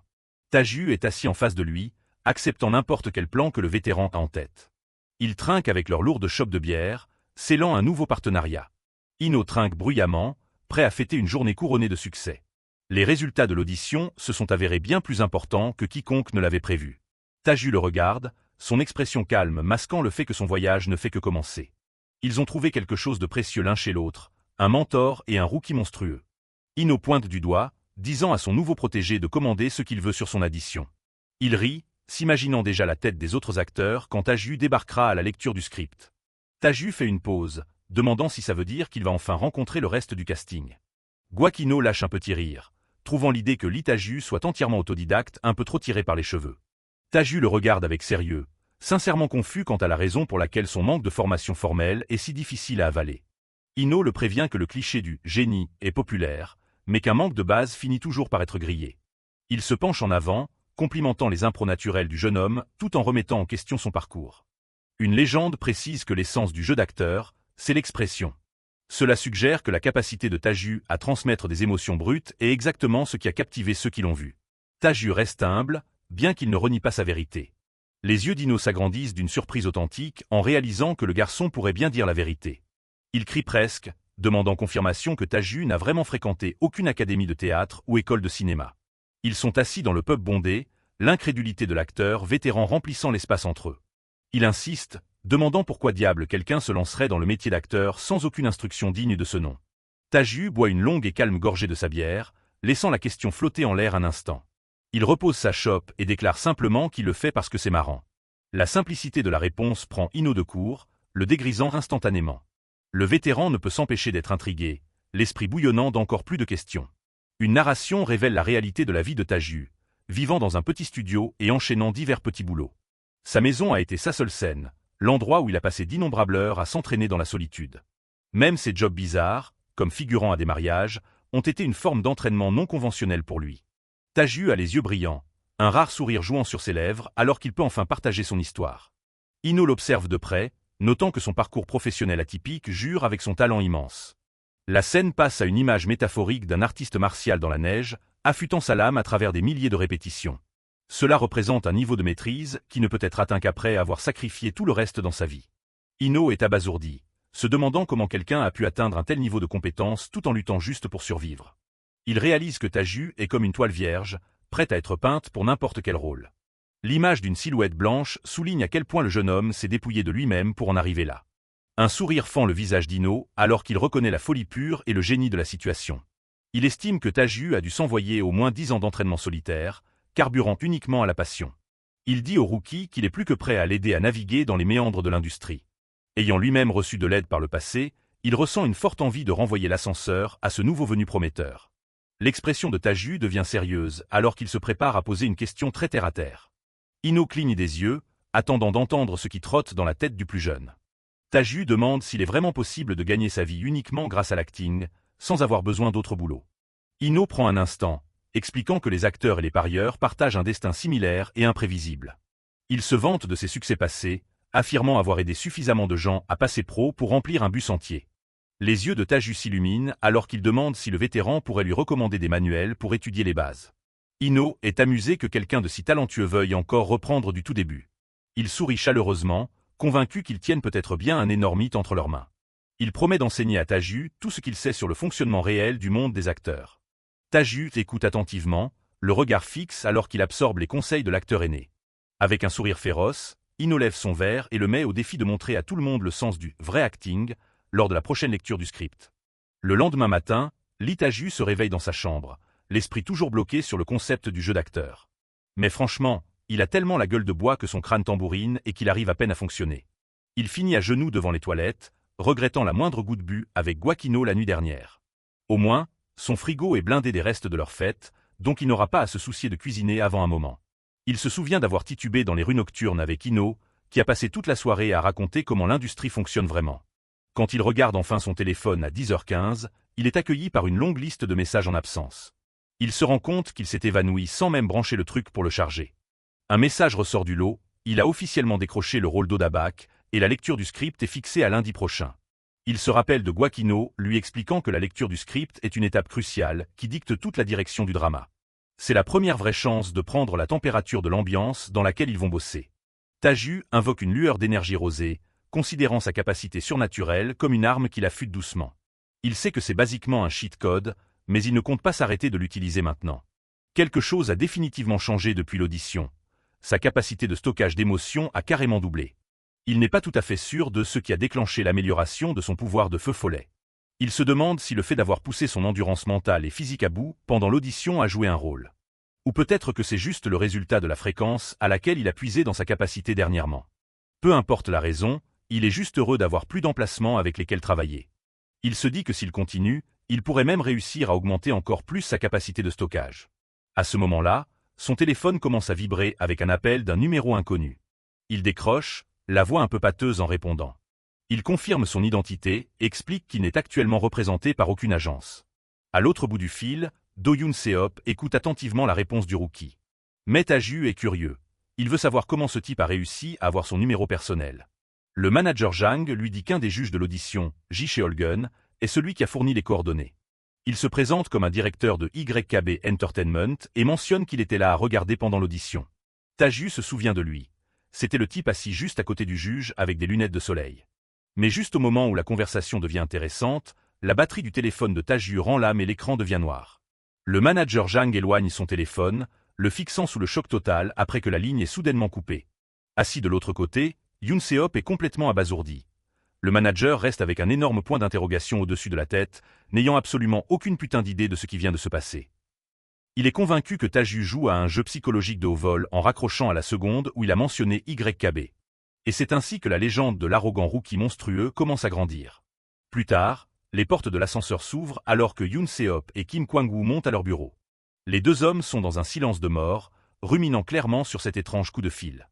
Kwang-woo rompt le silence, demandant si le gamin a vraiment raccroché dès qu'il a entendu le nom de leur agence. Yoon Se-hop ne peut s'empêcher de réfléchir à cette manœuvre.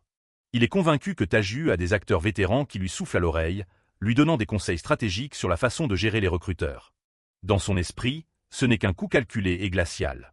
Il pense que Ta-ju s'est senti insulté qu'il n'ait envoyé qu'un chef pour lui parler au lieu d'un PDG ou d'un directeur. Il parie qu'une autre agence a déjà réussi à l'approcher en premier. Kwang-woo est d'accord, notant que le bruit concernant un « rookie monstrueux » a dû circuler rapidement dans les réseaux de l'industrie. Il se demande si un groupe rival comme Dae Entertainment n'a pas déjà fait le premier pas pour le rafler. Yoon Se-hop en est certain. Il pense que seul un rookie avec une énorme offre sur la table oserait ignorer un appel de YKB. Kim Kwang-woo ricane à l'idée qu'un rookie devienne un maître du jour au lendemain, juste en connaissant les bonnes personnes. Do Yoon Se-hop n'est pas aussi cynique, concentré plutôt sur la question de savoir s'ils vont vraiment le signer. Il a l'air confiant, voyant déjà le potentiel massif de cet acteur inconnu. Il commence à sortir, son esprit calculant déjà le prochain coup. Pour lui, c'est une équation simple. Ta-ju est un putain de jackpot qui n'attend que d'être empoché. Pendant ce temps, Lee Ta-ju se tient à l'extérieur de l'agence, vérifiant ses messages une dernière fois. Il lève les yeux vers l'imposant bâtiment, réalisant qu'il est enfin arrivé sur le pas de la porte de YKB Entertainment. Il est clair que la direction de YKB est désespérée de mettre le grappin sur lui. Mais YKB n'est pas exactement réputée pour sa gentillesse. C'est une agence qui prospère en pressant ses talents jusqu'à la dernière goutte. Dans leur monde, un acteur vraiment génial n'est rien de plus qu'un actif rentable. Ils veulent quelqu'un qui peut laisser une marque indélébile dans la mémoire du public. Et ils n'ont pas peur d'utiliser tous les outils nécessaires pour graver cette image sur leurs acteurs. Ils cherchent cette réplique unique ou ce regard qui restera à jamais dans la tête de tout le monde. Do Yoon Se-hop peut déjà le sentir. Il pense que Ta-ju pourrait être celui qui délivrera le plus gros hit de la saison. Avant qu'il ne recompose le numéro, Kwang-woo intervient par derrière avec une combine, se disant que s'ils appellent depuis la ligne fixe du bureau, Ta-ju décrochera peut-être cette fois. Do Yoon Se-hop est absolument certain que le raccrochage de tout à l'heure n'était rien d'autre qu'une démonstration de force, une exigence flagrante pour qu'un aux responsables intervienne personnellement. Ta-ju finit par répondre à l'appel, l'air prudent. Yoon Se-hop ne perd pas de temps, se présentant comme le patron de YKB et exigeant une rencontre. Il fait court, juste 30 minutes de son temps dans leur bureau. Pour faire passer la pilule, il offre 1 million de wons juste pour couvrir les frais de déplacement. Ta-ju fixe le vide alors que le téléphone glisse de sa main, l'offre alléchante résonnante encore à ses oreilles. C'est le genre d'argent qu'il ne peut pas se permettre de refuser, peu importe à quel point ça sent l'embrouille. En marchant dans la ville, il ne peut s'empêcher de se sentir un peu dépassé par ce saut dans la cour des grands. Il se souvient de l'avertissement de Gwaquino, selon lequel le monde du showbiz n'est rien de moins qu'une jungle. Ino avait insisté sur le fait qu'un bon manager est le seul moyen de survivre dans ce genre d'environnement. Ta-ju ne capte toujours pas complètement, mais il sait qu'il a atteint un point où il a besoin d'un certain soutien. Il veut quelqu'un pour gérer tous les casse-têtes logistiques pour lesquels il est nul. Comme ça, il pourra consacrer chaque once de son énergie à ce qui lui tient vraiment à cœur, jouer. Il se présente à l'accueil, annonçant son arrivée pour le rendez-vous avec le boss. La réceptionniste reconnaît immédiatement le nom, lui tendant un badge et l'orientant vers le 4e étage. Il entre dans l'ascenseur et appuie sur le bouton de sa destination. Il est impressionné par l'ampleur du lieu, notant qu'un bâtiment de 8 étages est une sérieuse amélioration. Tout le bureau dégage une énergie étonnamment détendue, ce qui le met un peu plus à l'aise. Il prend une inspiration en se dirigeant vers la salle de réunion, déterminé à gérer ça de manière professionnelle. À l'intérieur, Yoon Se-hop s'interroge déjà sur le parcours de leur potentielle nouvelle star. En regardant le CV, il est abasourdi de voir qu'il n'a absolument aucune expérience ni aucune formation académique. Kwang-woo est encore plus perplexe, se demandant si Ta-ju a eu une sorte de prof particulier secret pour devenir aussi bon. Devant la porte, Ta-ju jette un œil à l'intérieur, surprenant la fin de leur conversation. Il réalise qu'il décortique sa vie avant même qu'il n'ait posé un pied à l'intérieur. Yoon Se-hop énumère son manque de références. Pas de théâtre, pas d'école de cinéma, rien d'autre qu'un minuscule studio. Kwang-woo en conclut qu'il doit être un de ces obsédés qui ne font rien d'autre que vivre et respirer pour leur art. Yoon Se-hop hoche la tête, certain d'avoir enfin cerné à quel genre de personnes ils ont affaire. Do Yoon Se-hop regarde avec une intensité de prédateur, l'esprit déjà fixé sur l'idée de s'approprier l'acteur débutant. Il y a une différence fondamentale dans la façon dont les gens voient le monde selon qu'ils sont satisfaits de ce qu'ils ont ou motivés par ce qu'ils n'ont pas. Ceux qui ont déjà atteint les sommets regardent vers le bas pour maintenir leur statut et leurs acquis. Mais ceux qui continuent de grimper regardent vers le haut, obsédés par les sommets qu'ils n'ont pas encore atteints. Do Yoon Se-hop entre directement dans cette dernière catégorie, un homme carburant à une ambition insatiable. Il n'a pas bâti YKB Entertainment tout seul. Il a fait aux côtés de son ami d'enfance et partenaire commercial, Kim Kwang-woo. Malgré son statut actuel de magnate riche et prospère, la faim de Yoon Se-op n'a pas disparu. Il ne sera pas satisfait tant qu'il ne sera pas au sommet absolu de l'industrie.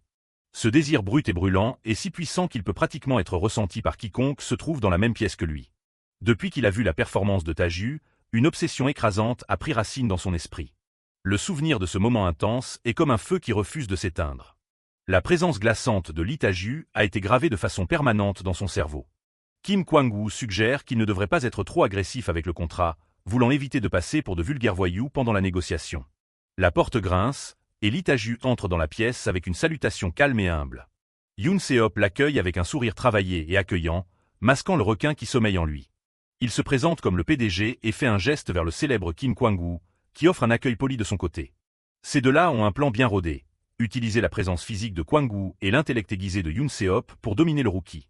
C'est la routine classique du bon et du mauvais flic, conçue par un PDG connu dans toute l'industrie pour sa ruse de renard. Leur but est de briser la confiance du jeune acteur afin de pouvoir le rafler à leurs propres conditions avant que quelqu'un d'autre ne puisse le faire. Kwang-woo l'invite à s'asseoir, son attitude amicale démentant le piège qu'ils ont tendu. Yoon Se-op s'imagine que le million de wons pour les frais de déplacement et la pression d'un rendez-vous privé avec des dirigeants de haut niveau suffiront à faire plier le gamin. Il est convaincu que c'est Taju qui devrait se sentir désespéré de sécuriser cette chance, qui n'arrive qu'une fois dans une vie. Avant de s'asseoir, cependant, Taju fait une pause et demande s'il peut clarifier une chose en premier. Yoon Se-op, pensant avoir le dessus, l'encourage à y aller et à dire ce qu'il a sur le cœur. L'air dans la pièce bascule soudainement alors que l'aura de Taju s'assombrit, ses yeux prenant une lueur perçante et complice. Kim Kwang-woo cligne des yeux, pris au dépourvu par le changement brutal d'énergie du jeune homme. Il commence à suer, réalisant qu'ils ont peut-être sous-estimé la perspicacité du rookie. Taju va droit au but, demandant si cette réunion n'est qu'une stratagème pour le signer à bas prix pendant que sa valeur sur le marché est encore techniquement de zéro. Taju marche dans le bureau d'un pas assuré et lourd. Il entre dans la salle de réunion en altitude où Kim Kwang-woo attend déjà. L'acteur vétéran est immédiatement déstabilisé par la présence intense du rookie. Taju soutient le regard du PDG, n'ayant absolument pas l'air d'un nouveau venu nerveux. Le PDG d'O Yoon Se-op lui lance un demi-sourire narquois et lui dit de s'asseoir. Taju sait que la lecture du script approche à grands pas, et c'est un gros morceau. Il note que ces lectures sont basiquement juste des échanges de cartes de visite pour les agences. Alors il va droit au but et demande pourquoi le PDG voulait un rendez-vous privé avant ça. Yoon Se-op le détaille, le jaugeant clairement. Il lâche un rire sec, amusé par l'agressivité de ce gamin. Taju reste assis là, le visage impassible, dans l'attente. Le PDG mentionne qu'il a entendu le réalisateur J parler du manque de bons nouveaux acteurs dernièrement. Il offre de fausses excuses si la rencontre hâtive a été ressentie comme de la pression. Puis il lève un doigt, voulant clarifier une chose. Il confirme que oui, tout le monde réseaute habituellement lors de ces lectures. Mais ça, c'est pour les grands noms, les têtes d'affiche et les seconds rôles confirmés. Il devient cash, disant à Taju qu'un rôle mineur comme le sien finit généralement juste noyé dans la masse. Il le pointe directement du doigt, demandant pourquoi un grand ponte prendrait la peine de le regarder. Taju ne bronche pas. Il le fixe en retour avec des yeux froids et déterminés. Puis un sourire vif et confiant fend son visage. Kwang-woo observe l'échange, sentant le changement dans la pièce. Le PDG attend que le rookie s'explique.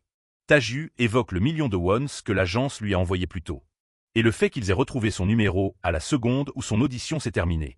Il les confronte pour avoir essayé d'acheter ses faveurs avant que quelqu'un d'autre ne puisse le faire. Il se penche en avant, disant au PDG qu'il n'y a qu'une seule raison pour tous ses efforts. Parce que ça rapporte du fric. Yoon Se-op demande s'il prétend vraiment avoir plus de talent que les acteurs principaux. Taju hausse simplement les épaules. S'il n'était pas aussi bon, il ne serait même pas là. Le PDG est pris au dépourvu par le niveau d'ego venant d'un inconnu. Il se souvient d'avoir vu ce même regard intense et affamé sur l'écran auparavant. Il réalise que ce qui motive ce gamin, ce n'est pas le talent, c'est de la pure avidité non diluée. C'est un sentiment que Yoon Se-op connaît bien. C'est comme s'il se regardait dans un miroir. Il est curieux maintenant, voulant voir jusqu'où ce monstre peut vraiment aller. Taju commence à énumérer ses conditions non négociables pour le contrat. Le PDG écoute, trouvant toute la situation de plus en plus intéressante. Taju veut tous les rôles de pub qu'il peut obtenir et refuse de faire des films d'auteur lent. Il n'a aucune intention d'être une célébrité mystérieuse, il est là pour bosser et être payé. Il termine sa liste, précisant qu'il partira s'il ne trouve pas d'accord.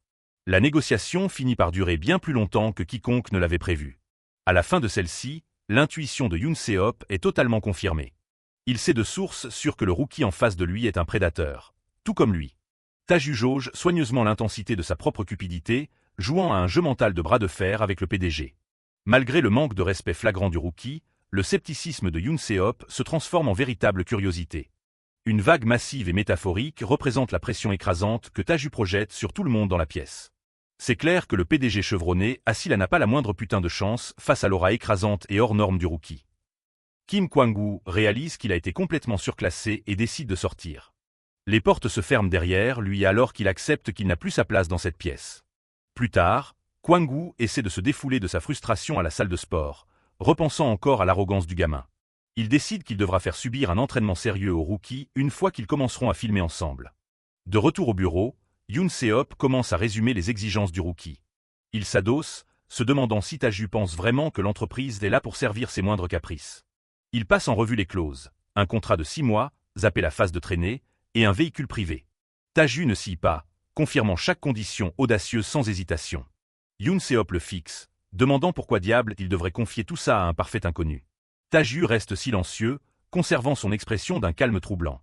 Il dit au PDG qu'un contrat n'est pas juste une liste de règles, c'est une relation entre professionnels. Il affirme qu'il devrait échanger bien plus que de simples faits froids et mécaniques. Yoon Se-hop pointe du doigt, notant que jusqu'à présent, un seul côté pose toutes les exigences. Il se demande si Taju réalise à quel point c'est risqué d'être aussi effronté avec un PDG. Taju garde son sang-froid, ne reculant pas d'un centimètre. Étonnamment, Yoon Se-hop se fend d'un sourire, admettant qu'il aime bien les gens qui ont des tripes. Il avoue être lui-même un homme avide, mais avertit qu'il a un côté très sombre. Il prévient Taju que s'il ne peut pas avoir quelque chose, il finira inévitablement par le détruire. Mais pour l'instant, il est prêt à accepter les conditions. Il dit à Taju qu'il a intérêt à pouvoir assumer ses grandes gueulantes, quand ça comptera vraiment. Taju hoche simplement la tête, le marché est enfin conclu. Plus tard dans la soirée, la nouvelle de ce contrat inhabituel commence à faire des vagues en coulisses.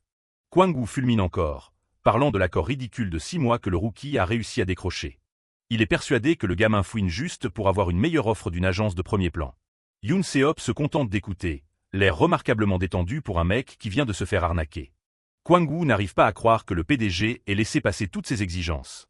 Yoon Se-hop mentionne que le gamin a même exigé un appartement luxueux pour ses trajets. Kwang-woo ne peut plus que le traiter de « gamin malade » à ce stade. Yoon Se-hop baisse les yeux, un sourire narquois aux lèvres. Kwang-woo demande s'il mise vraiment tout sur un rookie juste à cause d'une seule performance. Yoon Se-hop balaie ça d'un rire, disant que les hommes comme eux ne parient pas. Il voit ça comme un investissement sur un mec, prêt à tout risquer pour changer son destin. Taju entre dans son tout nouvel appart, choqué que son plan ait vraiment fonctionné. C'est le jour de la lecture du script. Taju est assis dans la voiture, en route pour la station. Ino est au volant, l'air assez sérieux. Taju demande s'il est vraiment si en colère, mais le scénariste dit juste non.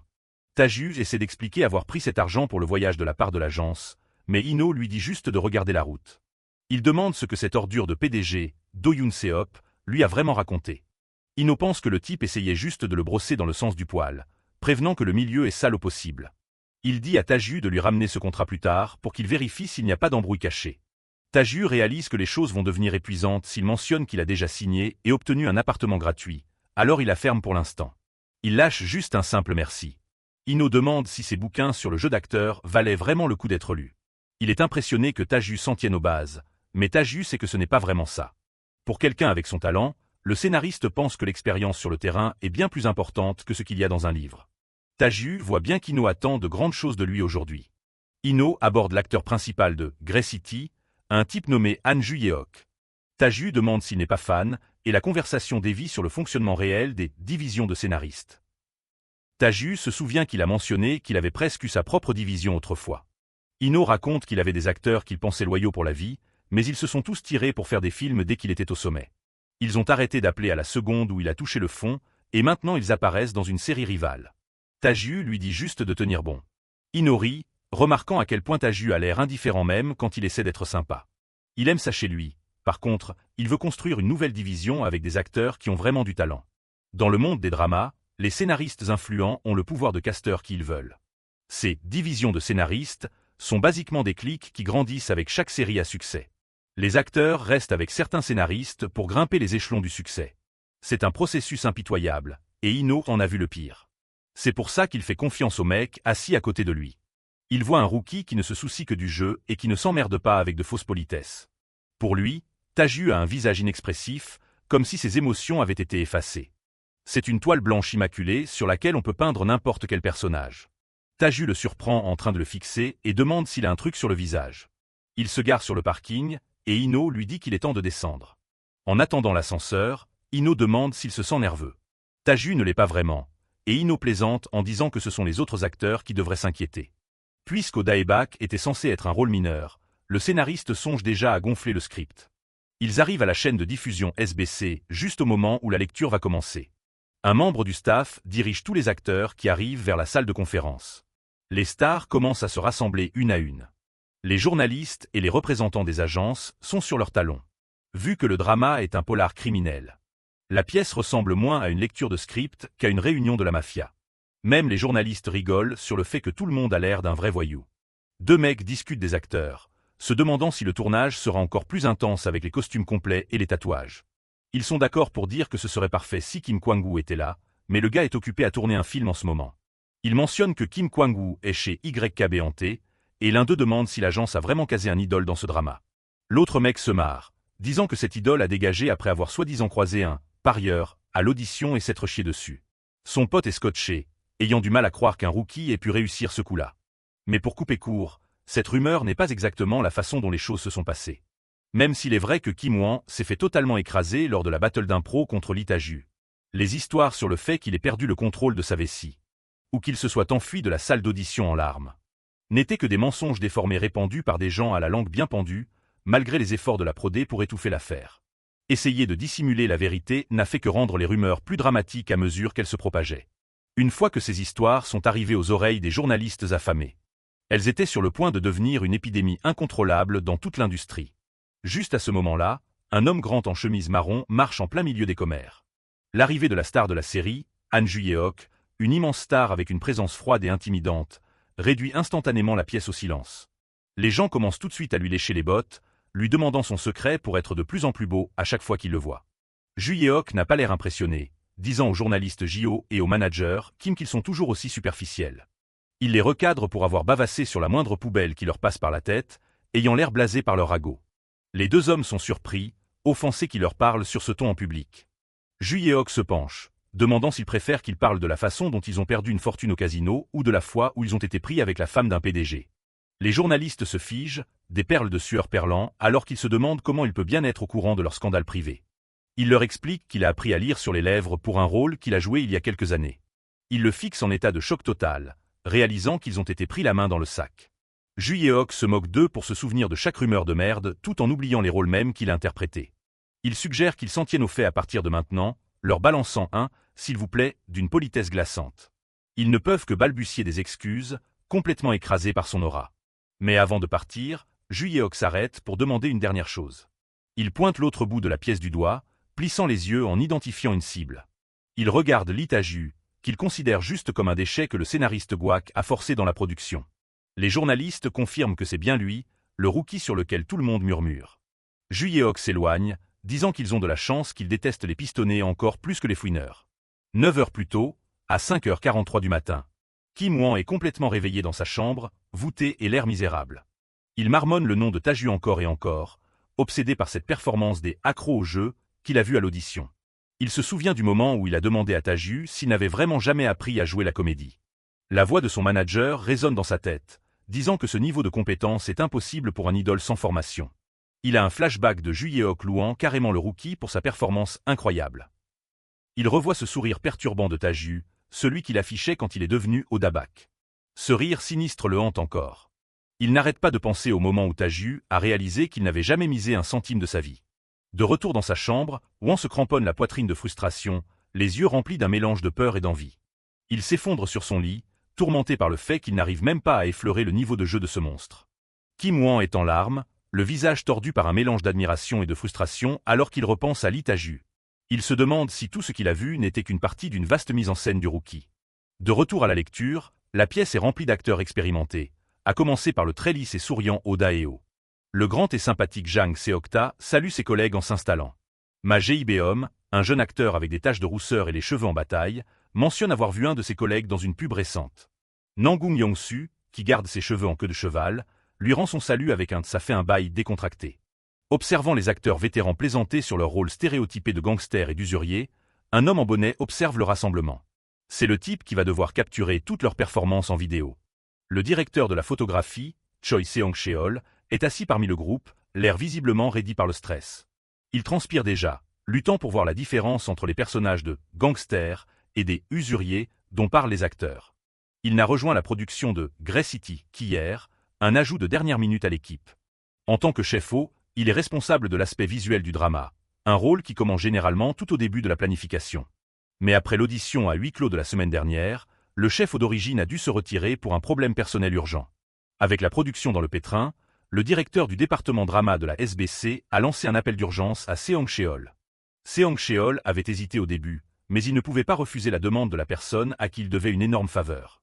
En plus, rejoindre un gros projet comme celui-ci n'était pas exactement une mauvaise affaire pour sa carrière. Ses yeux s'écarquillent quand il voit la plus grande star de la prodé entrer dans la pièce. L'acteur de premier plan, Han Ju-yeok, se déplace avec un air d'autorité froide et naturelle. C'est une star sans véritable rival dans sa tranche d'âge, célèbre pour sa capacité à transmettre des émotions puissantes juste par un regard. Pour un chef comme Seong-cheol, avoir la chance de bosser avec quelqu'un comme Ju-yeok, c'est un rêve devenu réalité. Il évalue mentalement le physique de Ju-yeok, donnant à ce visage de ouf un 8,7, qui pourrait facilement dépasser 9 s'il est au top de sa forme. En comparaison, les autres acteurs de la salle, Dae-ho, Jae-beom, Young-sut et Seokta, tombent tous beaucoup plus bas sur son échelle esthétique. Seong-cheol sourit intérieurement, pensant que Ju-yeok est un chef-d'œuvre ambulant de mise en scène qui justifie à lui seul tout le projet. Mais en observant la star, il remarque un regard étrange dans ses yeux. Il réalise que le regard de Ju-yeok n'est pas fixé sur les vétérans, mais intensément braqué sur quelqu'un d'autre dans la pièce. Il suit ce regard jusqu'au dos d'un jeune homme assis tranquillement à la table. Le réalisateur du drama, Ji Cheol-gun, se présente au casting, admettant qu'il est un peu nerveux alors qu'il commence. À côté de lui se trouve Kwak In-ho, le scénariste du projet, qui demande aux acteurs leurs premières impressions sur son travail. Cheol-gun explique le programme du jour, les présentations d'abord, suivies d'une lecture des 2 premiers épisodes. La lecture commence, et l'atmosphère de la pièce change alors que les acteurs commencent à donner vie à leurs personnages à travers le dialogue. Au fur et à mesure de la lecture, leurs interprétations individuelles du scénario commencent à fusionner pour créer un univers unique et cohérent pour la série. C'est un environnement à haut risque où quiconque ne parvient pas à s'intégrer dans ce monde collectif risque d'être remplacé. Et il est clair que dans le monde de Han Ju-yeok, il n'y a absolument aucune place pour quelqu'un qu'il juge indigne. La tension est palpable entre le rôle principal expérimenté et le rookie, pistonné, assis en face de lui. Tae-ju est captivé par le niveau technique affiché, les yeux écarquillés en regardant les professionnels bosser. Il est bluffé de voir avec quelle facilité les acteurs passent des larmes à la rage, puis au rire. Il ressent un pincement de complexe, réalisant que ces vrais acteurs sont à un niveau totalement différent du sien. Han Ju-yeok livre ses répliques avec une intensité cinglante, incarnant pleinement la frustration et la détermination du personnage. Tae-ju réalise que ces répliques appartiennent au protagoniste du drama, Kang Yeok. Il regarde la performance de la star avec une nouvelle gravité, mettant enfin un nom sur ce visage. Dans un flashback, les portes de l'ascenseur s'ouvrent alors qu'une figure de mentor offre quelques conseils avant une autre réunion. Kwak In-ho lève 2 doigts, expliquant que les lectures de script révèlent toujours 2 types d'acteurs, ceux qui montrent tout et ceux qui se retiennent. Dans l'ascenseur, Kwak In-ho donne un dernier conseil à Tae-ju, lui disant de bien observer l'acteur principal pour saisir le ton de la série. Il mentionne que si l'évaluation de Kwak In-ho sur Han Ju-yeok était exacte, elle ne racontait pas toute l'histoire. Alors que la lecture continue, Ju-yeok livre une performance qui va bien au-delà d'une simple analyse de personnage. Il commence à improviser, un coup qui serait normalement perçu comme instable ou même arrogant lors d'une première lecture de script. Mais la maîtrise du personnage par Ju-yeok est si totale que ses impros ne semblent pas déplacés. Au lieu de ça, la force pure de sa performance écrase les petites réticences, laissant les autres personnes présentes subjuguées par son jeu. En regardant la scène, les autres membres de l'équipe de production réalisent que Ju-yeok est passé maître dans l'art de dominer une scène. Même quand il modifie les répliques pour qu'elles collent à son interprétation, la puissance de son jeu rend toute irritation initiale hors de propos. Observant en silence, Kwak In-ho estime qu'il n'y a absolument personne d'assez bon pour partager la scène ou même rivaliser avec Ju-yeok une fois qu'il commence à dégainer ses impros. En sa présence, même les acteurs secondaires aguerris sont réduits à de simples figurants alors qu'ils captent l'attention de toute la pièce. Kwak In-ho regarde la scène se dérouler, son esprit se tournant vers le rookie assis en face de la star. Il se demande comment Tae-ju va réagir à une performance aussi écrasante de son acteur principal. Il a hâte de voir si le jeune acteur peut tenir son rang face à l'intensité de Ju-yeok. La session passe à la scène 33, le moment clé où le protagoniste, Kang Yeok, confronte le parieur, Odabak. Ju-yeok et Tae-ju se font face de part et d'autre de la table, le sac de billets imaginaire entre eux servant de point de cristallisation du conflit. C'est un affrontement entre un employé de bureau coincé dans un réseau dangereux et un homme désespéré dont l'esprit a été corrompu par le jeu. Le script prévoit une dispute standard, mais à mesure que la scène avance, le dialogue commence à s'éloigner des répliques écrites. Totalement immergé dans le rôle du Kang Yeok glacial, Ju Yeok fixe son adversaire avec une menace mortelle. Mais alors que la tension atteint son point de rupture, l'expression de Tae-ju se transforme en quelque chose de complètement inattendu. Il lâche un refus maniaque et provocateur, son visage déformé par le sourire dérangeant d'un homme qui a totalement perdu pied avec la réalité. Tae-ju sort complètement du script, tirant la langue avec un regard de dément. Le réalisateur J et le reste de l'équipe restent plantés là, paralysés par ce soudain revirement d'énergie. Un membre du staff commence à parler, mais le réalisateur le coupe net. Han Ju-yeok transpire à grosses gouttes, les yeux rivés sur le rookie. Cette impro n'est nulle part dans le script, et Ju-yeok n'arrive pas à croire qu'un pistonné essaie de lui faire un coup pareil. Il serre les dents et reste dans son personnage, défiant Tae-ju de continuer. Ju-yeok lui aboie dessus, lui disant de se mêler de ceux qui le regardent. Tae-ju se contente de sourire narquoisement, notant à quel point le héros devient virulent quand il est en colère. Il fait un signe de paix, se marrant à propos de côtes truquées et de rembourser le double. Tae-ju fait un geste vers une mallette, demandant si Ju-yeok est enfin bien réveillé. L'acteur principal reste sans voix, incapable de trouver ses marques dans la scène. Un flashback montre un Ju-yeok plus jeune fixant le plafond d'une pièce exiguë. La voix du vieil homme mystérieux le ramène à la réalité. Ju-yeok s'assoit lentement, l'air de ne pas avoir dormi depuis des jours. Ça fait 3 jours qu'il vit avec ce groupe, essayant de comprendre leur monde. Le boss sourit, expliquant que demain, c'est le jour où les machines sont programmées pour cracher. Ju-yeok se frotte les yeux et acquiesce, jouant le rôle du petit nouveau curieux. Le vieillard prend un air intense, parlant d'un gros coup comme étant leur seul échappatoire à cette vie. Ju-yeok lâche juste une réponse sèche, ce qui n'a pas l'air de satisfaire le boss. L'ancien plisse les yeux, se demandant s'il est vraiment intéressé par ce qu'il raconte. Ju-yeok bâille, prétendant qu'il n'est juste pas encore bien réveillé. Le boss garde un œil attentif sur lui, sentant quelque chose de différent chez le gamin. Il dit à Ju-yeok d'aller se recoucher s'il est si fatigué que ça. Ju-yeok se redresse d'un coup, insistant sur le fait qu'il écoute. Le vieillard explique que dans le coin, tout le monde écoute quand on parle de meilleure côte. Il pointe sa tête, décrivant comment une dose massive de stimulation grille carrément le cerveau humain. Il se rappelle le jour où sa femme et son enfant l'ont quitté à cause de son addiction. Même quand son père est mort, la seule chose sur laquelle il pouvait se concentrer, c'était les cartes qu'il avait en main. C'est une sombre réalité qu'il a traversée, et il en est persuadé. Il réalise que Ju-yeok n'est pas là pour parier, il est juste là pour les observer. Le boss le prévient de se tirer avant que les autres ne grillent sa couverture et ne deviennent violents. Il tourne le dos et s'éloigne, signalant que leur conversation est terminée. De retour à la table de lecture, Ju-yeok se souvient du jour où il a joué un joueur compulsif il y a des années. Il était considéré comme le « standard parfait » pour chaque rôle qu'il prenait à l'époque. Mais en regardant Tae-ju maintenant, ses souvenirs commencent à avoir un tout autre goût. Il voit à quel point sa propre performance passée était maladroite et superficielle. En revoyant la façon dont le boss s'est éloigné dans son souvenir, Ju-yeok réalise ce qui lui manquait. Tae-ju dégage cette même vibe brisée qu'ont les vrais toxicos. Ce ne sont plus juste des répliques sur un script, on dirait quelque chose d'entièrement différent. Tae-ju sourit à nouveau, parlant de ce qu'il va faire avec les gains. Pour Ju-yeok, c'est comme s'il affrontait une bête sauvage ou quelqu'un qui a perdu son humanité. Il fixe le rookie, se demandant quel genre de vie a pu engendrer un personnage aussi effrayant. Tout le monde dans la pièce murmure à propos du rookie. Personne ne s'attendait à ce qu'il tienne tête à une star comme Han Ju-yeok. Ju-yeok se tient là, en sueur froide, réalisant qu'il a complètement mal jugé le gamin qu'il avait traité de pistonné. L'aura que projette Tae-ju est terrifiante. Ju-yeok peut le sentir. Ce mec est à un tout autre niveau. Il réalise que le fossé entre eux est gigantesque. Au moins 2 crans au-dessus de son propre niveau. C'est un spectacle hallucinant pour tous les observateurs. Un acteur de second plan, même pas un vrai rôle secondaire, domine la scène. Tae-ju attire plus l'attention que l'acteur principal lui-même. La pièce est d'un silence de mort, accroché à chacun de ses mots. Le réalisateur Choi Seong-cheol est abasourdi. Il vient de coller un 9,1 à un acteur dont il ignorait le nom il y a encore quelques minutes. Le réalisateur J note que le jeu de Tae-ju est encore plus fluide et tranchant que ce qu'il a vu sur la vidéo de l'audition privée. Il n'arrive pas à croire que ce mec soit encore juste un putain de rookie inexpérimenté. Assis à côté du réalisateur J, la fierté et l'ego du scénariste Gwaak sont gonflés à bloc.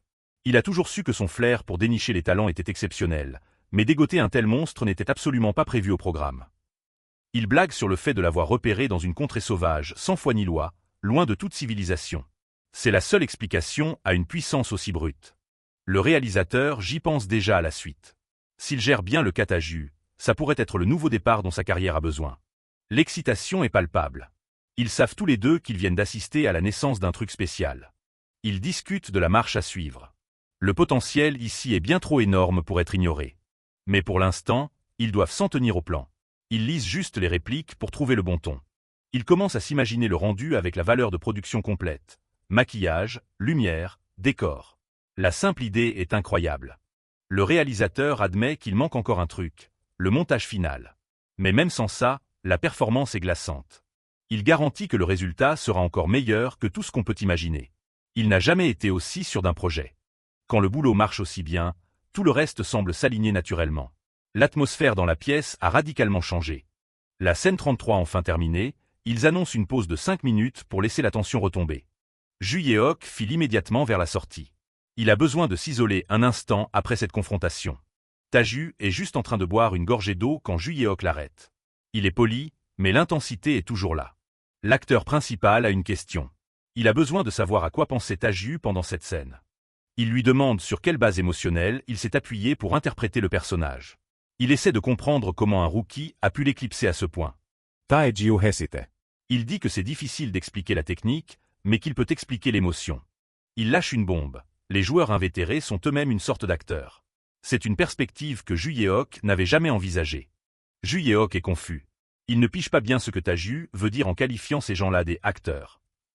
Taju explique que les gens avec des cerveaux grillés doivent jouer la comédie tous les jours juste pour avoir l'air normaux. Ils passent leur vie à faire semblant d'être des êtres humains socialement fonctionnels. En clair, ils sont toujours en représentation. C'est un décalage qu'un joueur médiocre pourrait ne jamais remarquer, mais un maître de l'art peut le voir gros comme une maison. Laissant cette lourde prise de conscience planer dans l'air, Ju Yeok s'excuse pour aller aux toilettes. Il s'incline poliment devant Taju, lui souhaitant bon courage pour le reste de sa journée. Mais à l'intérieur, il est secoué. Il avait estimé la différence à 2 crans, mais maintenant il sait que c'est bien plus que ça. Il est complètement surclassé. La réponse, c'était un fou qui joue au mec normal. Cette simple phrase a réduit en miettes la confiance de Ju Yeok. Alors que le reste de l'équipe part pour le dîner de célébration, Ju Yeok reste introuvable.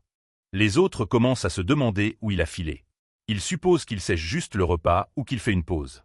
Dans le calme des toilettes, Ju Yeok se tient seul, fixant son reflet. Il se sent totalement vaincu. Il se traite de minable. La grande star que tout le monde admirait vient de se faire donner la leçon par un inconnu. Il n'arrive pas à croire qu'il a mordu aux rumeurs disant que Taju n'était qu'un pistonné sans talent. Il ne se sent pas mieux que les journalistes. Il frappe le mur du poing dans un accès de rage et de dégoût de soi. La frustrazione deborde. C'est humiliant. Il n'ose même pas imaginer ce que Taju doit penser de lui après cette démonstration pathétique. Il se demande si Taju le voit comme un abruti avec le melon ou juste comme un vieux con essayant de le déstabiliser. Il se rappelle ce soudain changement d'expression. Ce n'était pas que du jeu, c'était comme affronter une toute autre créature. Dans les toilettes, Han Ju Yeok fixe le mur d'un air absent, remettant en question tout ce qu'il pensait savoir sur son métier.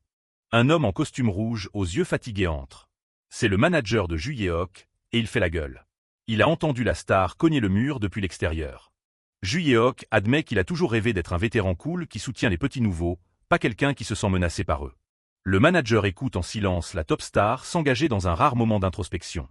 Il serre son poing meurtri, détestant l'attitude pathétique qu'il a eue aujourd'hui en se souciant plus de sa gloire que de son art. Soudain, Ju Yeok a une idée. Il demande à son manager s'ils peuvent recruter ce rookie dans leur agence avant qu'un autre ne le prenne. Le manager lui dit de laisser couler pour l'instant et de juste venir au repas de l'équipe. Un bon repas lui videra la tête. Ju Yeok accepte, sachant que s'il sèche le repas, les ragots ne feront qu'empirer. Il doit faire face. Le manager est soulagé de voir un bout de l'ancien Ju Yeok revenir. Il ouvre la marche vers le restaurant. On passe au dîner d'équipe chez Good Meat House, où l'odeur de porc grillé emplit l'air. Un morceau de poitrine de porc parfaitement grillé repose sur les baguettes, prêt à être dévoré.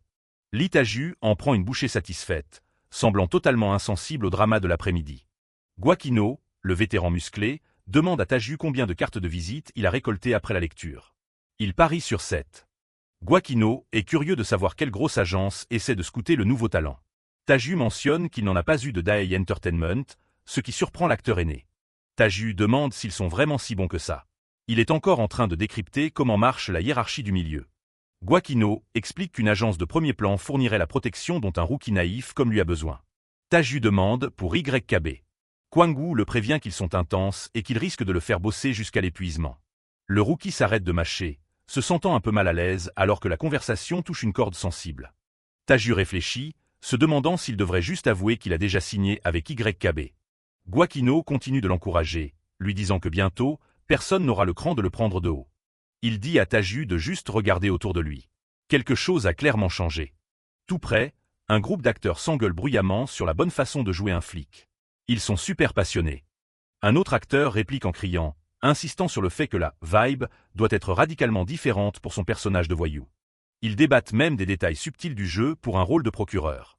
Ils sont totalement absorbés par leur art.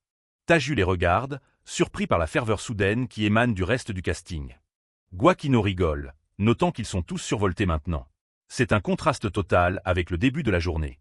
Avant la lecture, tout le monde prenait ça comme un job bouche-trou pour leur CV, en faisant la conversation pour faire semblant. Gwaquino dit qu'il n'avait zéro passion avant. Il faisait juste acte de présence. Taju demande s'il est en train de dire qu'ils sont excités comme ça juste parce qu'ils l'ont vu jouer.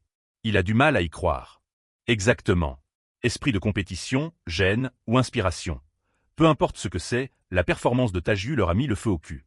Gwaquino pense que Grey City a peut-être vraiment une chance de cartonner maintenant, même face à de gros projets de type A-list comme Italian Romance. Taju jure de donner tout ce qu'il a. Mais Kwangu remarque que la grille de cuisson est encore pleine. Il demande pourquoi le gamin ne mange pas. Taju insiste sur le fait qu'il mange plein de trucs, mais la montagne de poitrine de porc intacte prouve le contraire.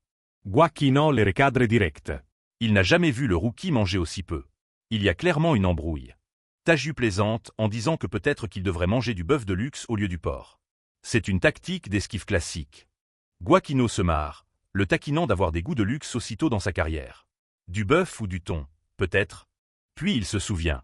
Taju avait un plat préféré dont il s'empiffrait par montagnes entières. La galbi, hurle-t-il. Mais leur voyage dans le temps est coupé court par un boucan soudain à la porte. Un type déboule dans le resto en titubant, l'air complètement débraillé et ivre-mort. C'est le réalisateur Choi Seong-cheol. Le réalisateur, brandissant une bouteille verte cassée, se met à gueuler sur l'importance de la mise en scène. C'est un désastre ambulant. Gwaquino e Taju regardent. Frappes de stupeur. Le réalisateur est torché et semble prêt à chercher la merde avec tout le monde. Le directeur de la photographie, Choi Seong-cheol, titube vers eux et se présente avec un « oups » bruyant de mec bourré. Il s'assoit lourdement, bousculant Kim Kwangu. Il se plaint que rejoindre ce projet à l'arrache a été une énorme prise de tête. Derrière eux, la grande table est un chaos sans nom alors que le reste de l'équipe boit et trinque à tue-tête. Se tournant vers Gwaquino, le réalisateur l'insulte, lui collant un 3 et refusant de parler à quiconque n'atteint pas son standard de 5. Gwaquino est prêt à exploser, mais Taju garde un sourire calme, poussant son pote à laisser couler les remarques de l'ivrogne.